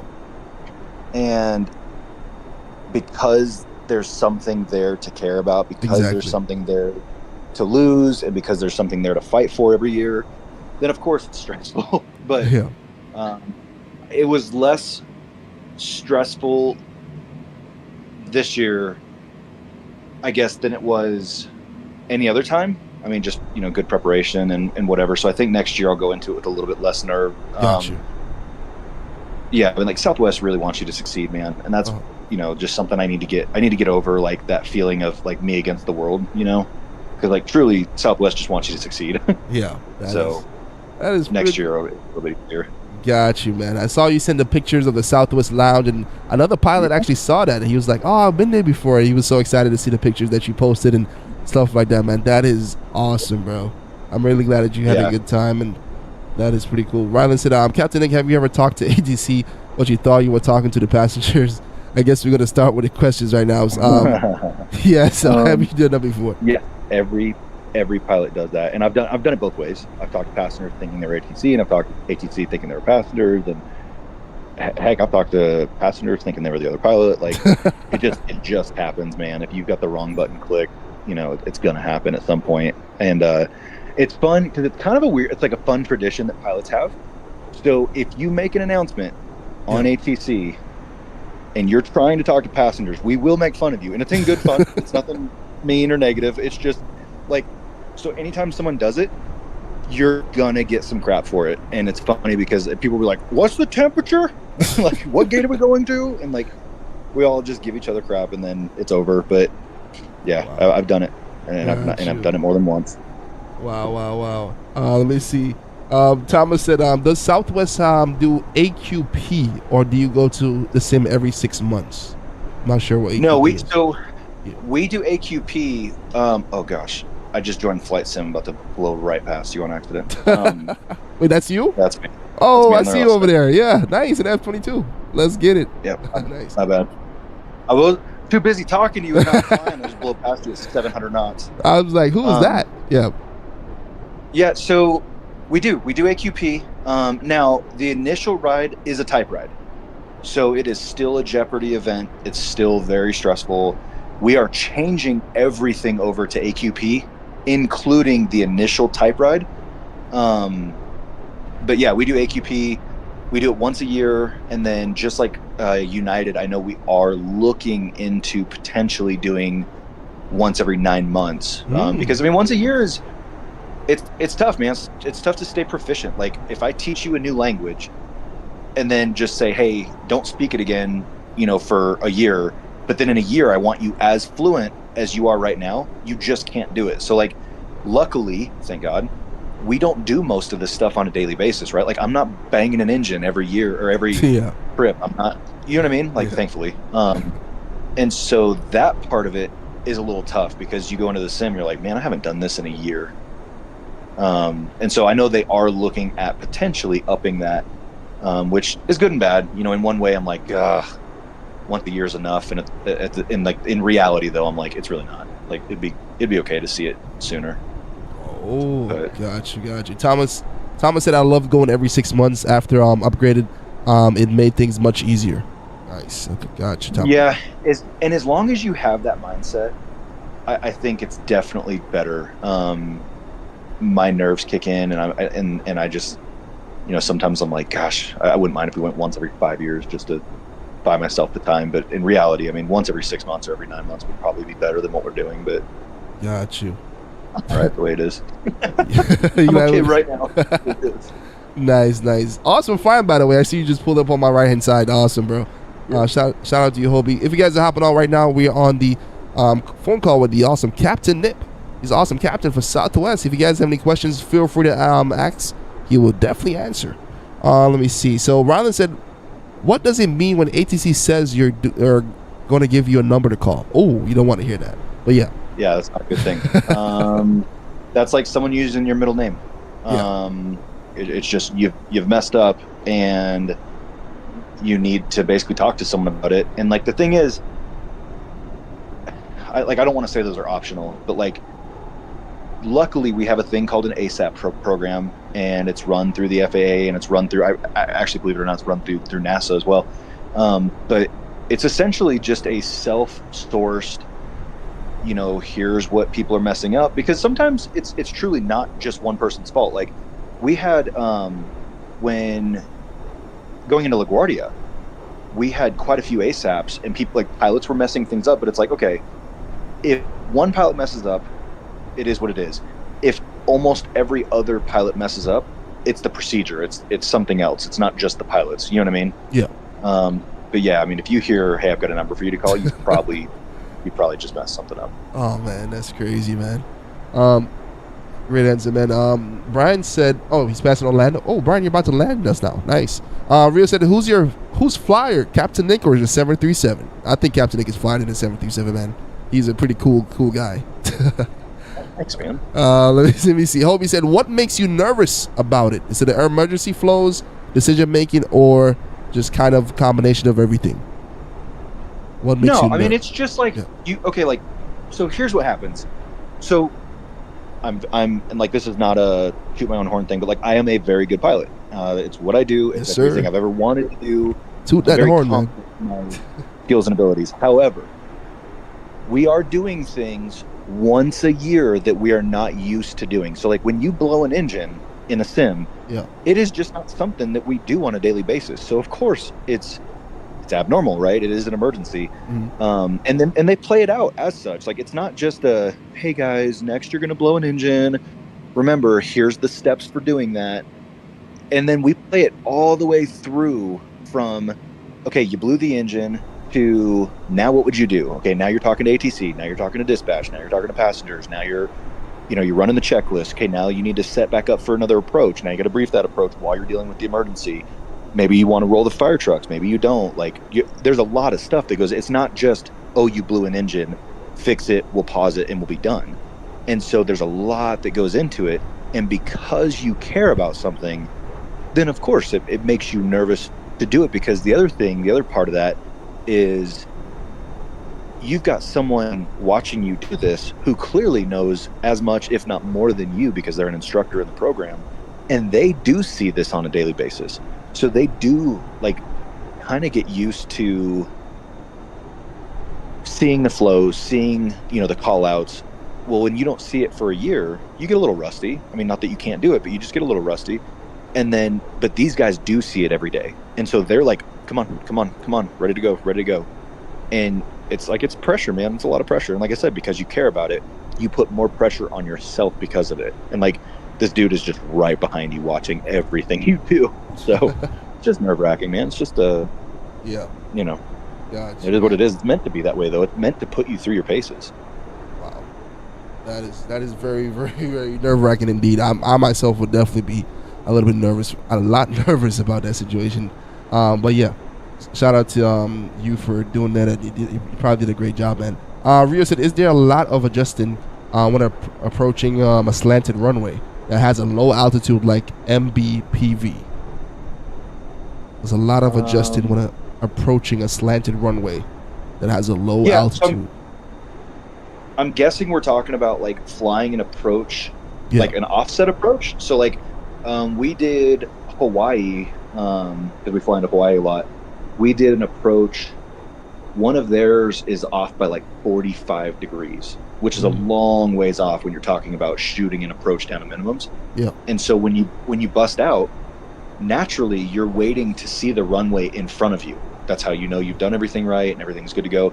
Well, in this one, when you bust out, like literally from the first officer side, you're looking out the captain's window because the runway's over there. And so that one takes a little bit of adjusting because you have to keep telling yourself, when I pop out of the clouds, there will not be a runway in front of me. There's a mountain in front of you because there's terrain in Hawaii. And so you need to know, like, I need to be looking this way. And that's highly abnormal. So yeah, I used to do one of those into Pittsburgh too, when I flew medevac. Wow. It was kind of weird. That is pretty cool. There's a couple of them that are below sea level, and those are weird too because your minimums are like, sometimes like in a negative foot, and so that's a really weird. It just messes with your mind, Wow. Got you. Say who's on the podcast? This is the awesome Captain Nick. We're on the podcast right now. He's a awesome Flight Southwest pilot, Captain. We're happy to have him once again. Much love. Pedro, good to see you, man. So where we headed to? You want to join? This is a long flight. We started about an hour and 20 minutes ago. Took off from New York, headed over to the beautiful Miami. Once again, guys, if you're watching on TikTok, feel free to join us on YouTube. Link is in the description. Much love. Alexis says, hey, Captain Nick, happy birthday. Happy birthday. What's up, Alexis? Thank you, man. Happy birthday. So yeah, Captain Nick, did you hear about the I just posted a video just a few minutes ago on the channel. I think it was a United airplane that they took off. Then a passenger went into the bathroom, and they actually wrote on the window, the mirror, that I have a bomb on the plane. So the flight attendant was alerted, and they had to do an emergency landing back into Chicago. In a situation like that, what would you do? Would you panic? Would you call, tell them, hey, look, we have a situation, probably not, he probably somebody just crazy just randomly put it there, but we, out of precaution, we're going to have to land back to Chicago. So you guys have been trained for that stuff, right? Even on Southwest. Oh, yeah. We've got a whole long list of things when it comes to that. And the thing is, unfortunately, you can't discredit. Like, that's one of the worst things you can do is to be like, it's probably a hoax, but because you never know. Like, at that point, you say those words, you just put us into. It's kind of like if you're a gun owner. If you ever hold that gun, you always act as though it's loaded. And you never point it at someone, because even if you've checked it and you've cleared it and you've taken the magazine out and whatever, it's loaded in your head, right? It's always loaded. And so is a threat. You threaten my crew, you threaten my passengers, you threaten, our airline. It's a viable threat at this point. I mean, you have literally told me, no matter how jokingly you've said it, and believe it or not, even if you say it as a joke, it is now a credible threat. And so the irony behind that is we have had passengers who have been like, we've got about, and you're like, nope, you just made a threat. And so, yeah, it's a really big deal, and we treat it as such. And yeah, we've got, like every plane actually has, it's called an LRBR. It's a least risk bomb location. So every plane has one, and we test it out with actual real explosives and stuff before the planes are made. And it's like, okay, well, if you put this, the package, if you will, if you put it here and you make it's called a bomb stack. You make like the bomb stack with, wet towels and, people's baggage and etc. And you move people here, it does the least amount of damage to a plane possible. So we practice all that stuff, man. Nice. But like, that passenger making a joke, I mean, it's not a joke anymore. Exactly. You make that threat. I mean, it is a threat at that point. And so, I would highly advise anyone not to do that, because not only is it a threat, it's a federal threat. And depending on how they want to handle this situation, depending on where you are, and depending like in airspace and in the world, I mean, part of, and this is all stuff you can look up on Google, so I'm not telling you anything crazy, but like depending on the threat, depending on all the scenarios, technically, and it's never happened thankfully, but they do have the option of shooting a plane down. Wow. So if that was the best case scenario, that, you know, but it would have to be a highly credible, like there would have to be a lot going on in that situation, but like you're putting a lot of people's lives in danger by saying by making the joke. So yeah, that is pilot flight attendants, they take it serious, man. The company will take it serious, the FBI will take it serious as well. Department of Homeland Security. I mean, you're involving a lot of 3-letter agencies you don't want to be friends with. That's true. As a pilot in that high stress situation, how do you communicate that to the passengers? Because I actually have a passenger who was on that plane with the mirror writing.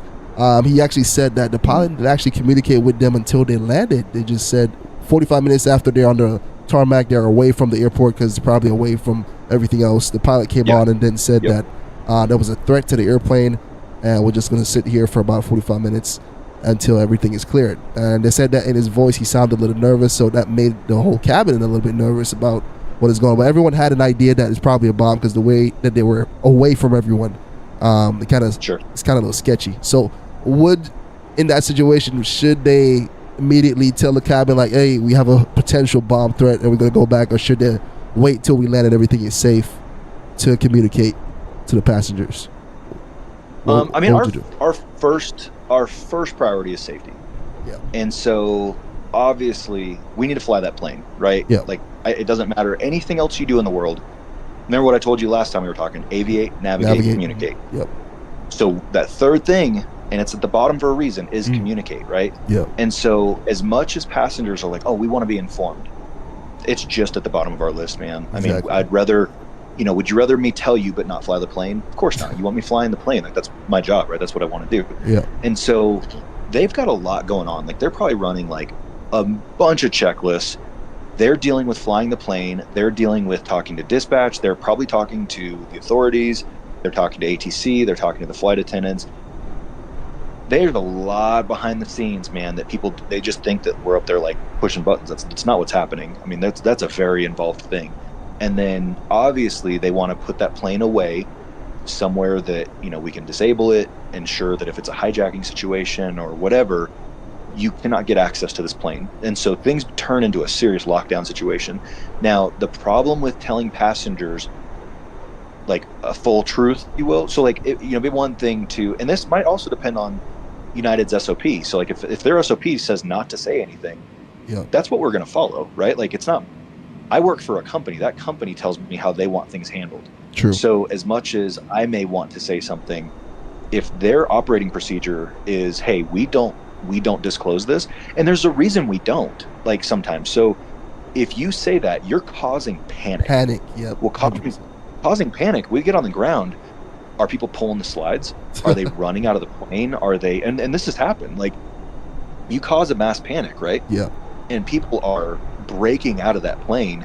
You cannot contain a situation at that point. Well, exactly. That is more likely to get someone, if it's a viable threat, that is more likely to get someone to do something stupid because they are losing perceived control of their own situation. That is awesome.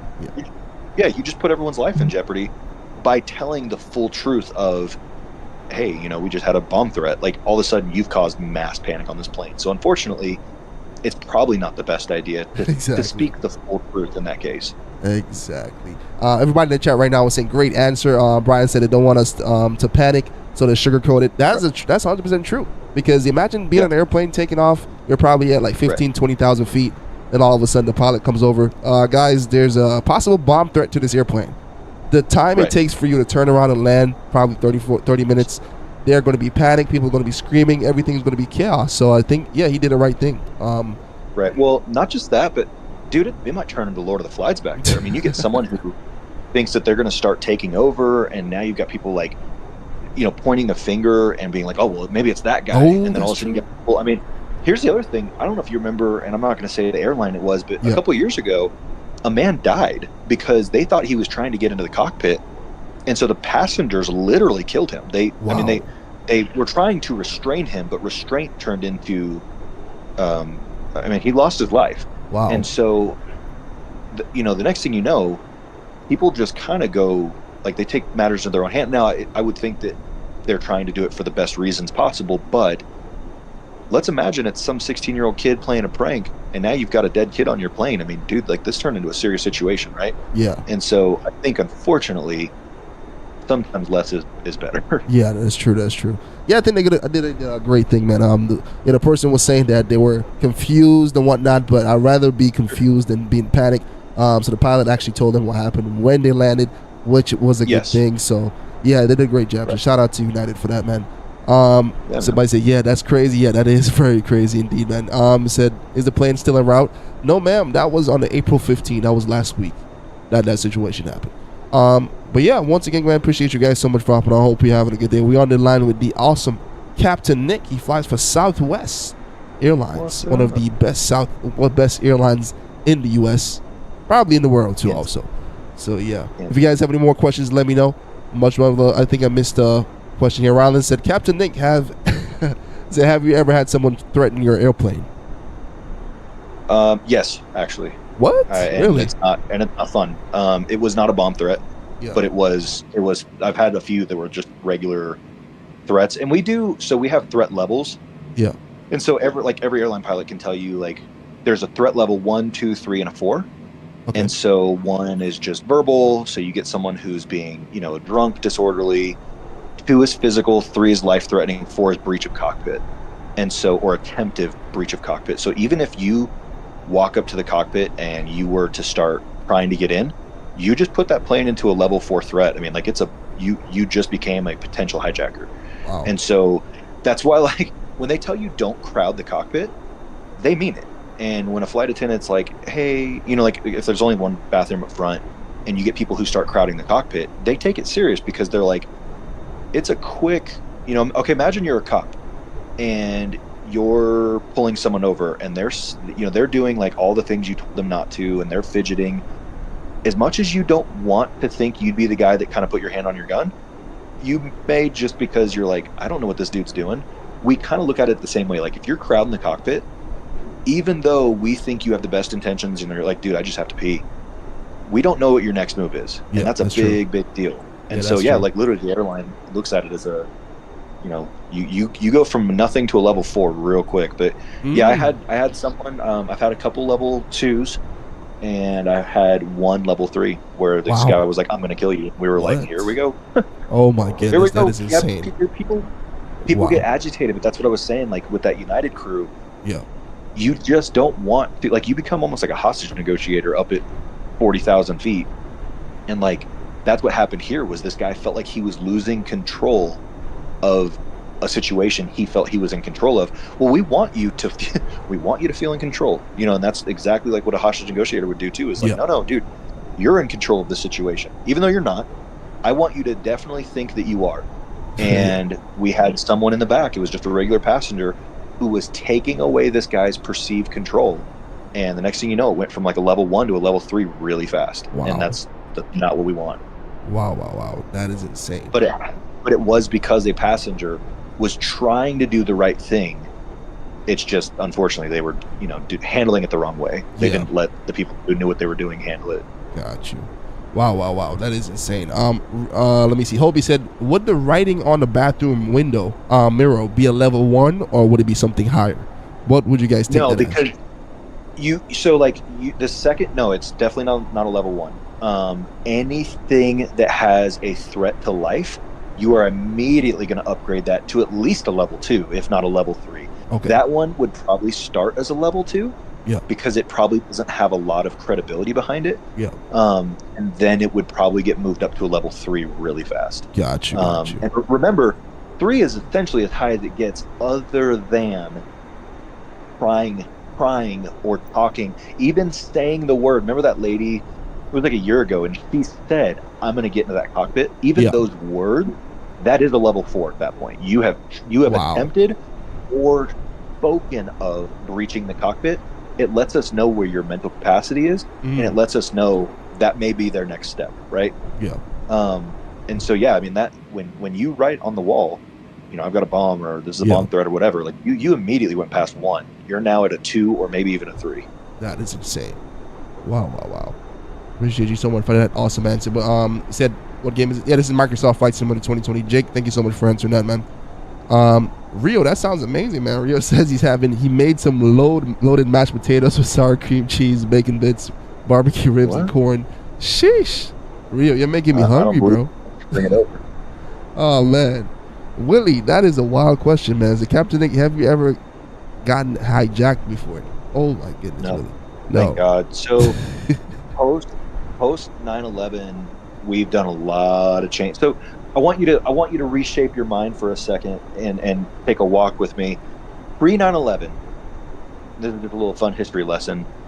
Most hijacking were political. Hey, take me to Cuba, drop me off. I'm either trying to get to or I'm trying to get from. I want these people released from prison. It was political reasons, and we had never had a plane like taken over and hurt. So it was, hey, you're being hijacked, and here's what I want you to do, and it's because of this reason, right? And so actually, fun fact, like American Airlines, they just gave their pilots approach plates and navigational aids to other countries because they're like, you're probably going to get hijacked, and if you do, just comply with them. Like literally, just take them where they want to go, land, get some gas, get back on your way. It's not it's a big deal, but it's not a life-threatening thing. Just don't fight them. Just give them what they want. That way, our passengers are safe. And so what they did was they were like, hey, you need to take me to Cuba. Well, we didn't have navigational aids for going to Cuba, and so what the American the FAA did was they were like, hey, just start carrying these charts because it's probably going to happen. You're probably going to get hijacked. If you look at in history, man, the 70s, 80s, 90s, we had planes going to Cuba all the time.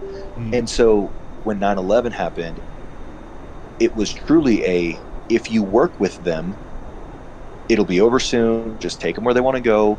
That was how we handled things. Wow. Take them where they want to go, drop them off, get some gas, and get out. Wow. 9/11 was the first time a plane was used as a weapon. Yeah. And all of a sudden, our, hey, just comply, turned into, you will never get into that cockpit.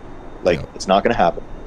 You're not breaching my cockpit door. And unfortunately, no matter what's going on back behind that door, I'm not opening it, man. And furthermore, we do have certain pilots who are federal flight deck FFDOs. They are a federal officer, essentially, in the flight deck with a gun. So we have people protecting that cockpit to no end. And that's also why that plane with the bomb threat, that's why they go off into a secluded location, is if that, if a TAC team needs to rush the plane in any way, they need room to do that. It's pretty hard to do that secretly when you're pulled up at a gate. You know what I mean? Yeah. Got you. And thankfully, hijacking, luckily with today's technology and the way we train and the way we handle things now, it's not happening. Wow, that is good. That is good. Ever since that happened in 9/11, a lot of security measures have been taken to make sure that doesn't happen again. That is great. Jake, great question. He said, what was your most memorable flight? Your landing or event? A landing or any event ever? Man, I remember the good stuff. I remember the happy things. So I remember taking families home. I remember people who man, my daughter's getting married, or my son became a Marine, or I remember, and I don't remember exactly what it was, but I remember taking this little girl to Washington, D.C. She was winning a prize. It was a little scientist award type thing. And I remember how just proud her mom was of her, and I remember how excited she was going to meet the president. That's nice. Yeah, so I remember things like that the most. There's a few things that you remember for their sad reasons. We do take quite a few fallen soldiers in our planes, and those are always heart stoppers. You're doing your walk around and you see the casket being loaded, and you're just oh my god. Yeah, but taking people, for all the happy reasons, that's what I remember the most. I mean, dude, we have people getting married on our planes. I mean, that's oh yeah, look that up. That happened just last year.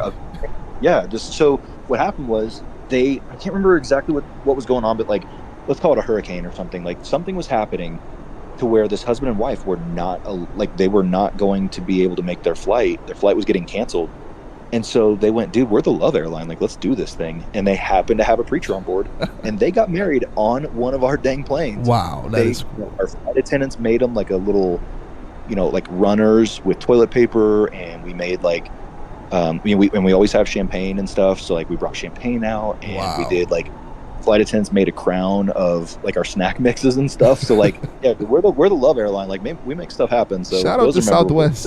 That is awesome. What? I had never heard about that one before. That is pretty cool, man. Yeah. Married on a Southwest airplane. That is awesome, man. That is pretty cool. Look that up. Yeah, I'm definitely gonna have to look it up for sure. That's awesome. Hobie said, Nick, did you see the video from Delta charter flight where the pilot let passengers into the flight deck while they were flying? Ooh. Did you hear about that? I thought that was United. It was a sports. Was it the Colorado Rockies? Yes, I heard about that. Yeah. So there are times, and I'm not saying this was right at all. There are times where we can do charter flights that are considered Part 91, which means, or like a ferry flight. So like if I was doing a ferry flight, which means I have no revenue passengers on board, you can actually leave the door open per the FAA, per your SOP, like it's all legal.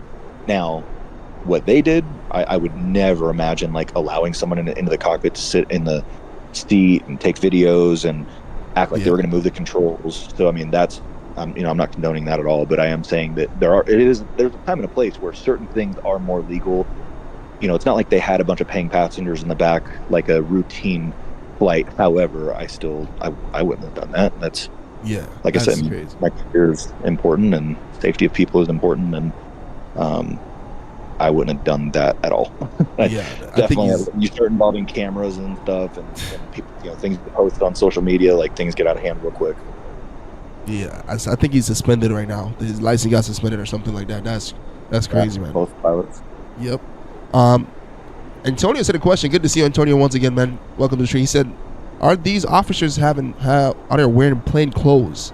So are they more of a secret that most passengers don't know? I think you're referring back to the questions. I think we were talking about. He's talking about federal air marshals. Yes. I'm talking about our actual pilots. Some of them are carrying. Oh, okay. There we go. So like you may see me in uniform. Yeah. You may not know that I as well am carrying a firearm. Yeah, and I'm up in the cockpit, and like everything's just as a normal pilot would be. However, you don't know that I also have a gun in the cockpit with me, and so it's to completely keep that cockpit safe. Just the cockpit. You are not getting into that cockpit. Exactly. And so what you're talking about is federal air marshals. Yeah. And we also have law enforcement officers. We call them LEOs. They can fly armed. So federal air marshals, sometimes we don't even know they're back there, which is part of their mission, right? Part of their mission is anonymity. So, sometimes we talk to them. Sometimes they'll be like, "Hey guys, just want to let you know we're back here," and that's cool. We love talking to them. They're great people. And then sometimes they won't tell us, but law enforcement officers who are carrying a weapon, we have to know about them. They have to check in and make sure we're okay with them, and tell us, "Hey, we're in seat blah blah blah" or whatever. Yeah. So I know about those guys, but you wouldn't believe, like, dude, when I was DC based, I had a plane one time. I had 30 people who were armed on my plane. What? The next time you get on a plane, you don't know whether or not 30. Wow. Yeah, well, it was during, I think it was when Trump was, he was having a rally or something. Like it was when, whatever it was, like we were going to, I think, Louisville, and there was a rally that was happening in Louisville from DCA. So there was Secret Service, there was law enforcement, there was federal air marshals, blah, blah, blah. So we all of a sudden that plane was very well equipped for safety. Wow. That is crazy, man. 30 people carrying in an airplane. That is pretty, that is awesome. Let me see. So Hobie said, I was curious as of if they would operate on their Part 121 or Part 135 or 91. I think you would know what he's referring to, correct?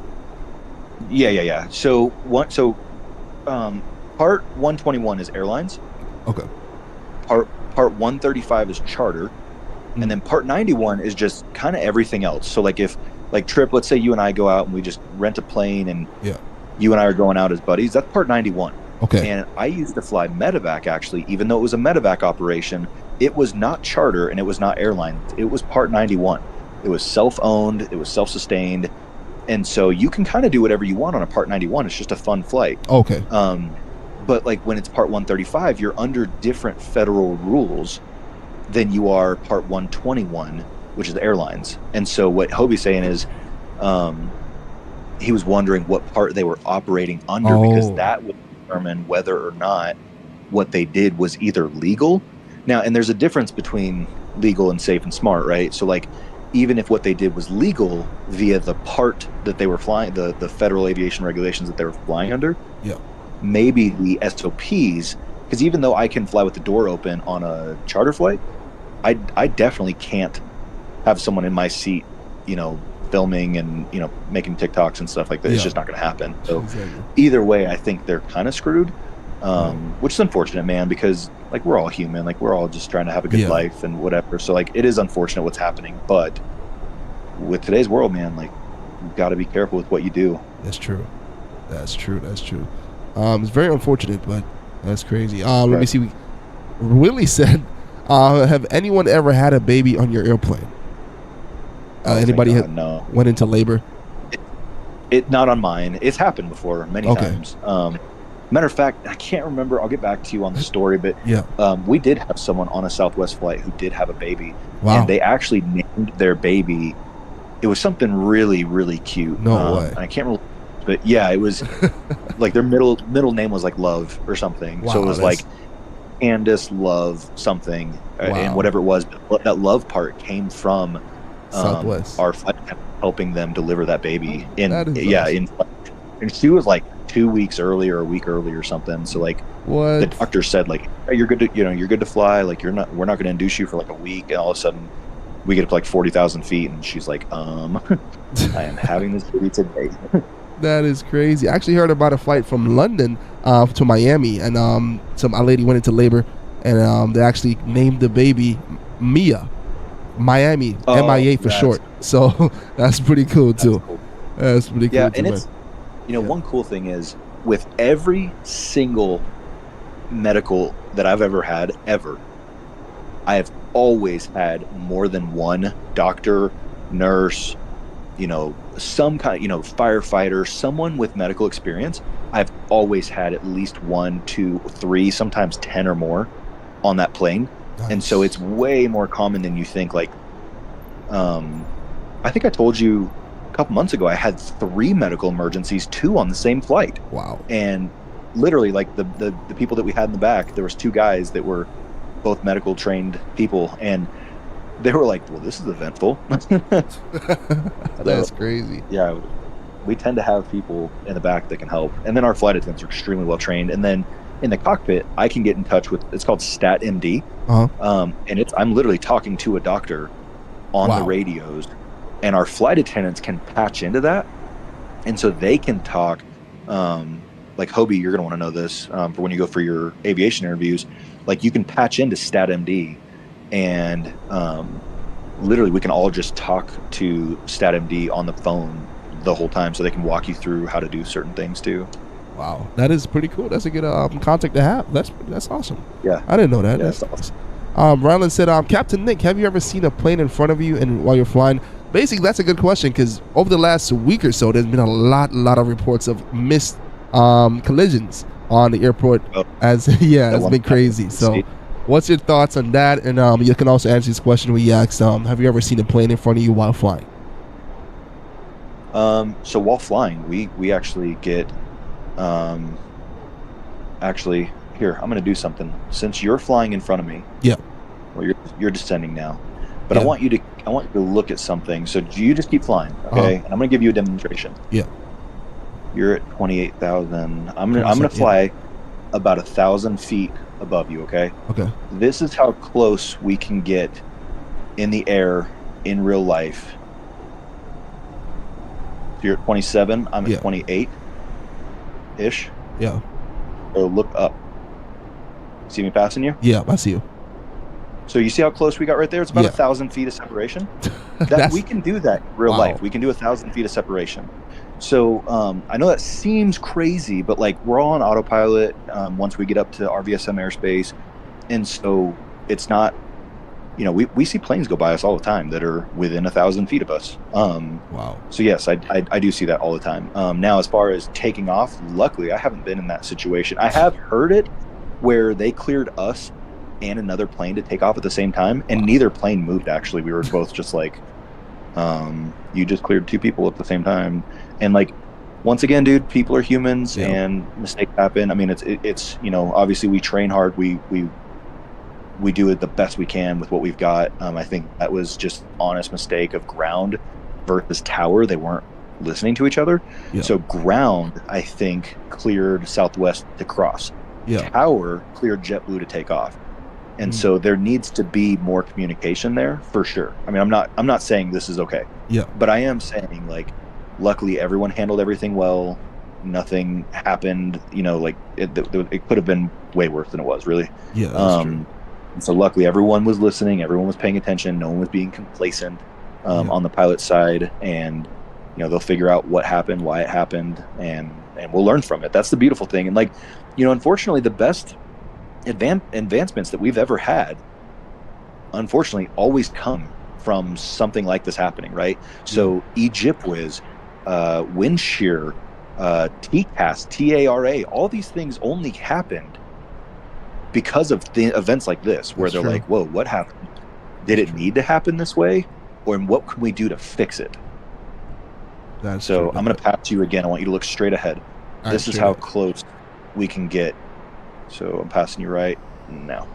That's how close we can get in real life. Wow. It's close, right? Yeah, it's that close. is pretty close. That is pretty close. We do 1,000 feet separation. Wow. To answer your question. So yes, I see planes fly by me all the time within 1,000 feet. That's a great answer and a great demonstration, man. Shout out to you for that, man. Appreciate you so much. Antonio said, what would happen if you had a failed takeoff? If you rejected a takeoff, he said, what's the move after that? So the move after that is, it depends on how fast we're going and depends on if we need to go back to the gate. It depends. So like, luckily, JetBlue wasn't going fast at all. I mean, they rejected probably under 80 knots or somewhere around there. Okay. And so generally, like, we're gonna run brake numbers and just be like, okay, did our brakes get really hot? Do we need to wait for a minute? You know, do we need to go back to the gate? Do we need a new dispatch release? I mean, one way or another, we're gonna start talking to people and just be like, hey, let's make sure all of our ducks are in a row, all of our T's are crossed, I's are dotted. And so I'm gonna talk to like my dispatcher and just be like, hey man, here's what just happened. You know, I'm gonna talk to ATC, hey, what the heck, what's going on here? Like, are we good to go now? What's happening? And we're just gonna get everyone back in the loop. Obviously, we're gonna talk to passengers, we're gonna talk to the flight attendants, because they're probably like freaking out. We're just gonna get everyone back on the same page. And in that case, you know, we'll be just brutally honest, like, hey, here's what happened, blah, blah, blah. We're gonna taxi back, give ourselves a minute to rerun everything.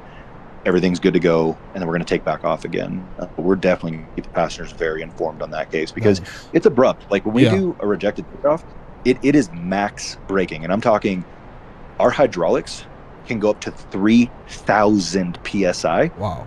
And so our hydraulics, when we put like in the 737, we put it to RTO, which is rejected takeoff. So if I go power and then I kill the power, my brakes automatically apply to 3,000 psi, all of it. And so it's very abrupt. I mean, it is giving it everything it's got. Wow. So yeah, it's definitely, passengers are going to know, because they're probably going to be close to being in the seat in front of them. Wow, that is insane.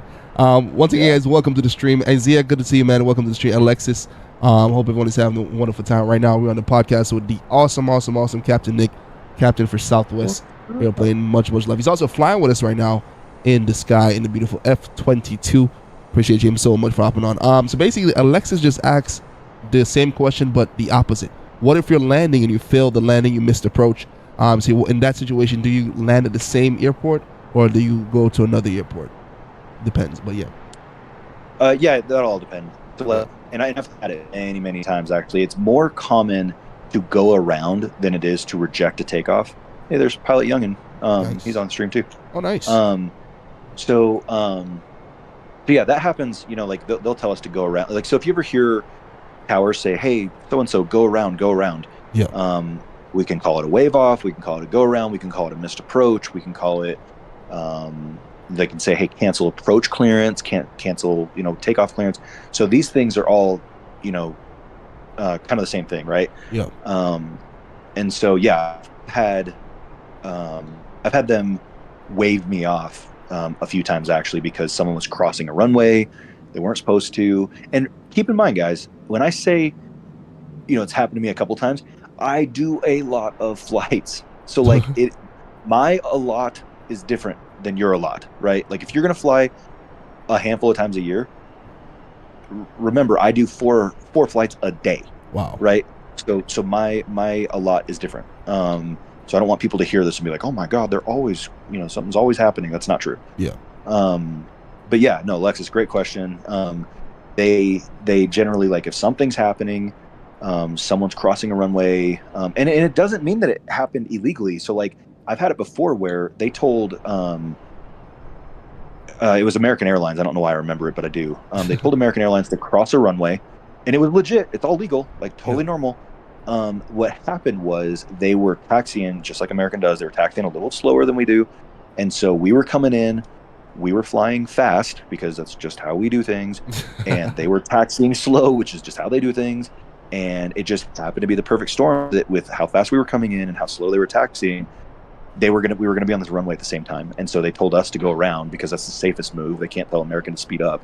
And so we did. We went around, we came back in, we got the approach again, and everything was good to go. I mean, and most of the time that's exactly what's going to happen. You're going to go around and you're going to get back in the pattern, reset back up, come back in and land, like Trip, like you come into Miami right now. Yeah. And then like, let's say you go around and then we just fly you back around and we line you right back up for this approach again, right? Yeah. The only time we'd go somewhere else, I have had a plane disabled on the runway.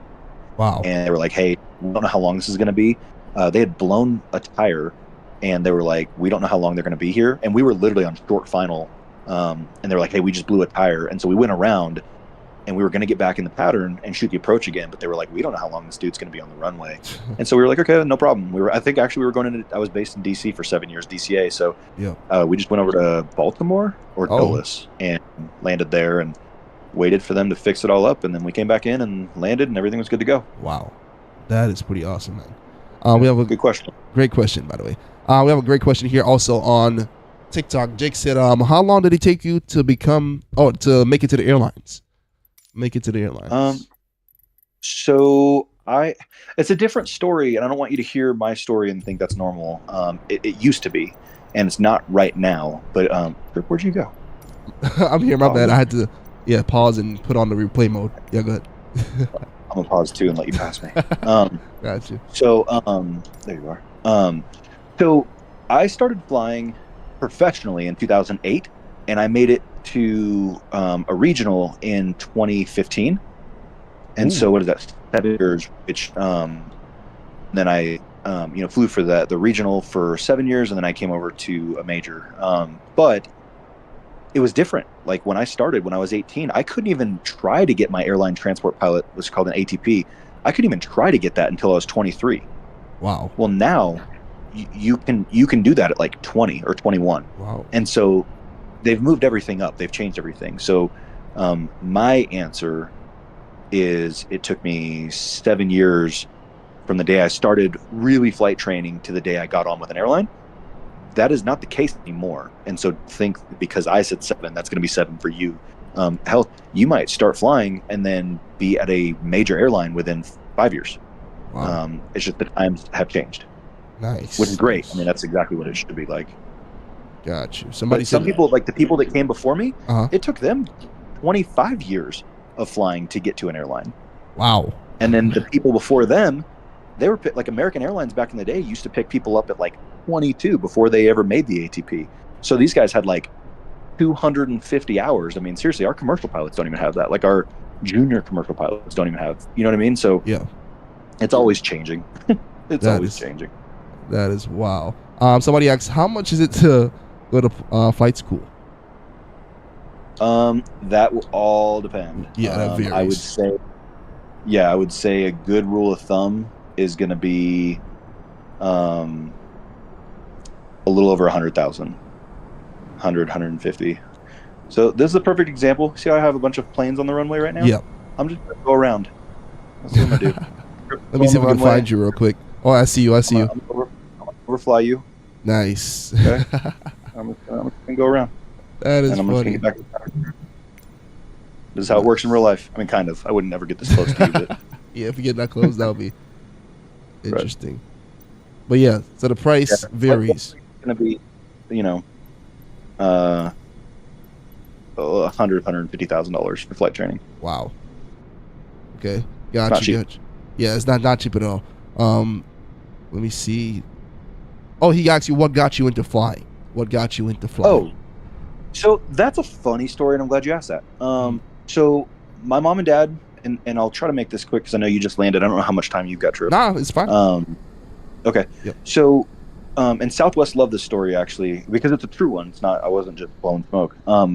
When I was a kid, my mom and dad divorced when I was young, and I lived in Portland, Oregon. And my dad, for work, moved to Nashville, Tennessee. And the only airline that flew direct PDX to BNA was Southwest. And so when I was too young to be an underage minor, so I was younger than 4, I was flying back and forth from Portland to Nashville and on Southwest. And I did it many times a year. And so the fun thing was I actually grew up on Southwest Airlines. Wow. And, pilots used to pull me into the cockpit, and flight attendants let me take their jump seats, and I used to serve food with them, and they just made it a fun interactive experience. And I literally and figuratively I grew up on Southwest Airlines. Wow. And because of that, I was 3 years old. I told my mom I was going to be a pilot, and I was 4 years old. I told her I was going to be a Southwest Airlines pilot, and it never faltered from there. I always wanted to do that. Wow. And so, matter of fact, when Southwest stopped doing their direct from Portland, I got more excited because that just meant I got more flights per year. You know what I mean? When they started doing, I'd go to Denver or, DFW or whatever, and then off to Nashville from Portland. And I was more excited because that meant more flying. That is awesome, man. Yeah, I know for sure Southwest would definitely love that story every time you tell them that. Growing up around Southwest and now flying for them, that is like a dream, man. That is pretty cool, bro. It's really cool. Wow. I'm coming in back on that runway, so I'm lined back up on a. Oh, nice. I'm about to line back up to the same runway number 27 and take off again. But yeah, that is awesome, man. But once again, appreciate you guys so much for hopping on. You said, Pedro, I did actually see your landing, bro. I saw you landing. Nice landing. I see some people landing right now. I see Captain Nick is also coming back around for a landing. I should be able to see it as soon as we line up. But once again, if you guys have one more question, feel free to let us know. We're going to be doing one more takeoff. And that will be it for today. Once again, appreciate you guys so much for hopping on. Shout out to everyone that was on the podcast today. Big shout out to Captain Nick, man. You guys are absolutely awesome, man. I have some. I think I saw a question a few minutes ago. 1 second. The FAA. Yeah. Have you ever spoken to the FAA, Captain Nick?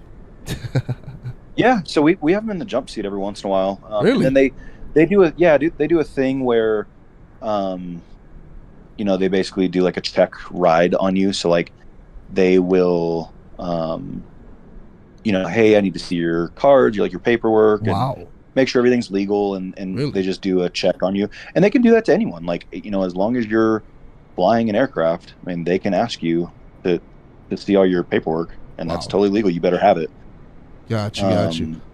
Brian, you're right. Brian and Rio. Yeah, so I think we're going to let Captain Nick pick the flight for tomorrow. Don't you do this to me. Don't you do this to me. So tomorrow we're looking for a flight on at least an hour and 30 minutes or less. Anything less than 2 hours. If you have any ideas, let us know, Captain Nick. We'll stay on for the next 5 minutes or so. No pressure. Because it's too late. I'm always a sucker for that West Coast. I mean, I always like things like Seattle to... Can we go Seattle to San Diego? Ooh. Or Seattle to San Jose? Ooh. How do you guys feel about Seattle to Seattle to San Diego, right? Yeah, what do you guys think about Seattle to San Diego? That's a nice flight. How long is that? That's about hour and 30. Yeah, that's not bad. Seattle to San Diego, I think that sounds pretty good, man. So yeah, let's settle. Seattle over to San Diego tomorrow, guys. Appreciate you guys so much, man. Shout out to, he said, how was the sim, Captain Nick? Hope it went well. Oh, Antonio just hop on it. Yeah. It went well. Hey, awesome. Did you already take off? Yeah, I took off already. Somehow, some way. I took off. I was gonna take off from the taxiway and come get you. Yeah, I took off from the taxiway also. I'm taking off on the taxiway. Yeah, I'm gonna go sightseeing downtown Miami. That's one of my favorite parts of Miami. Every time I land, we take this route. But I hope the FAA doesn't. I'm just taking off on taxiway. Was it Harrison Ford that once landed on a taxiway?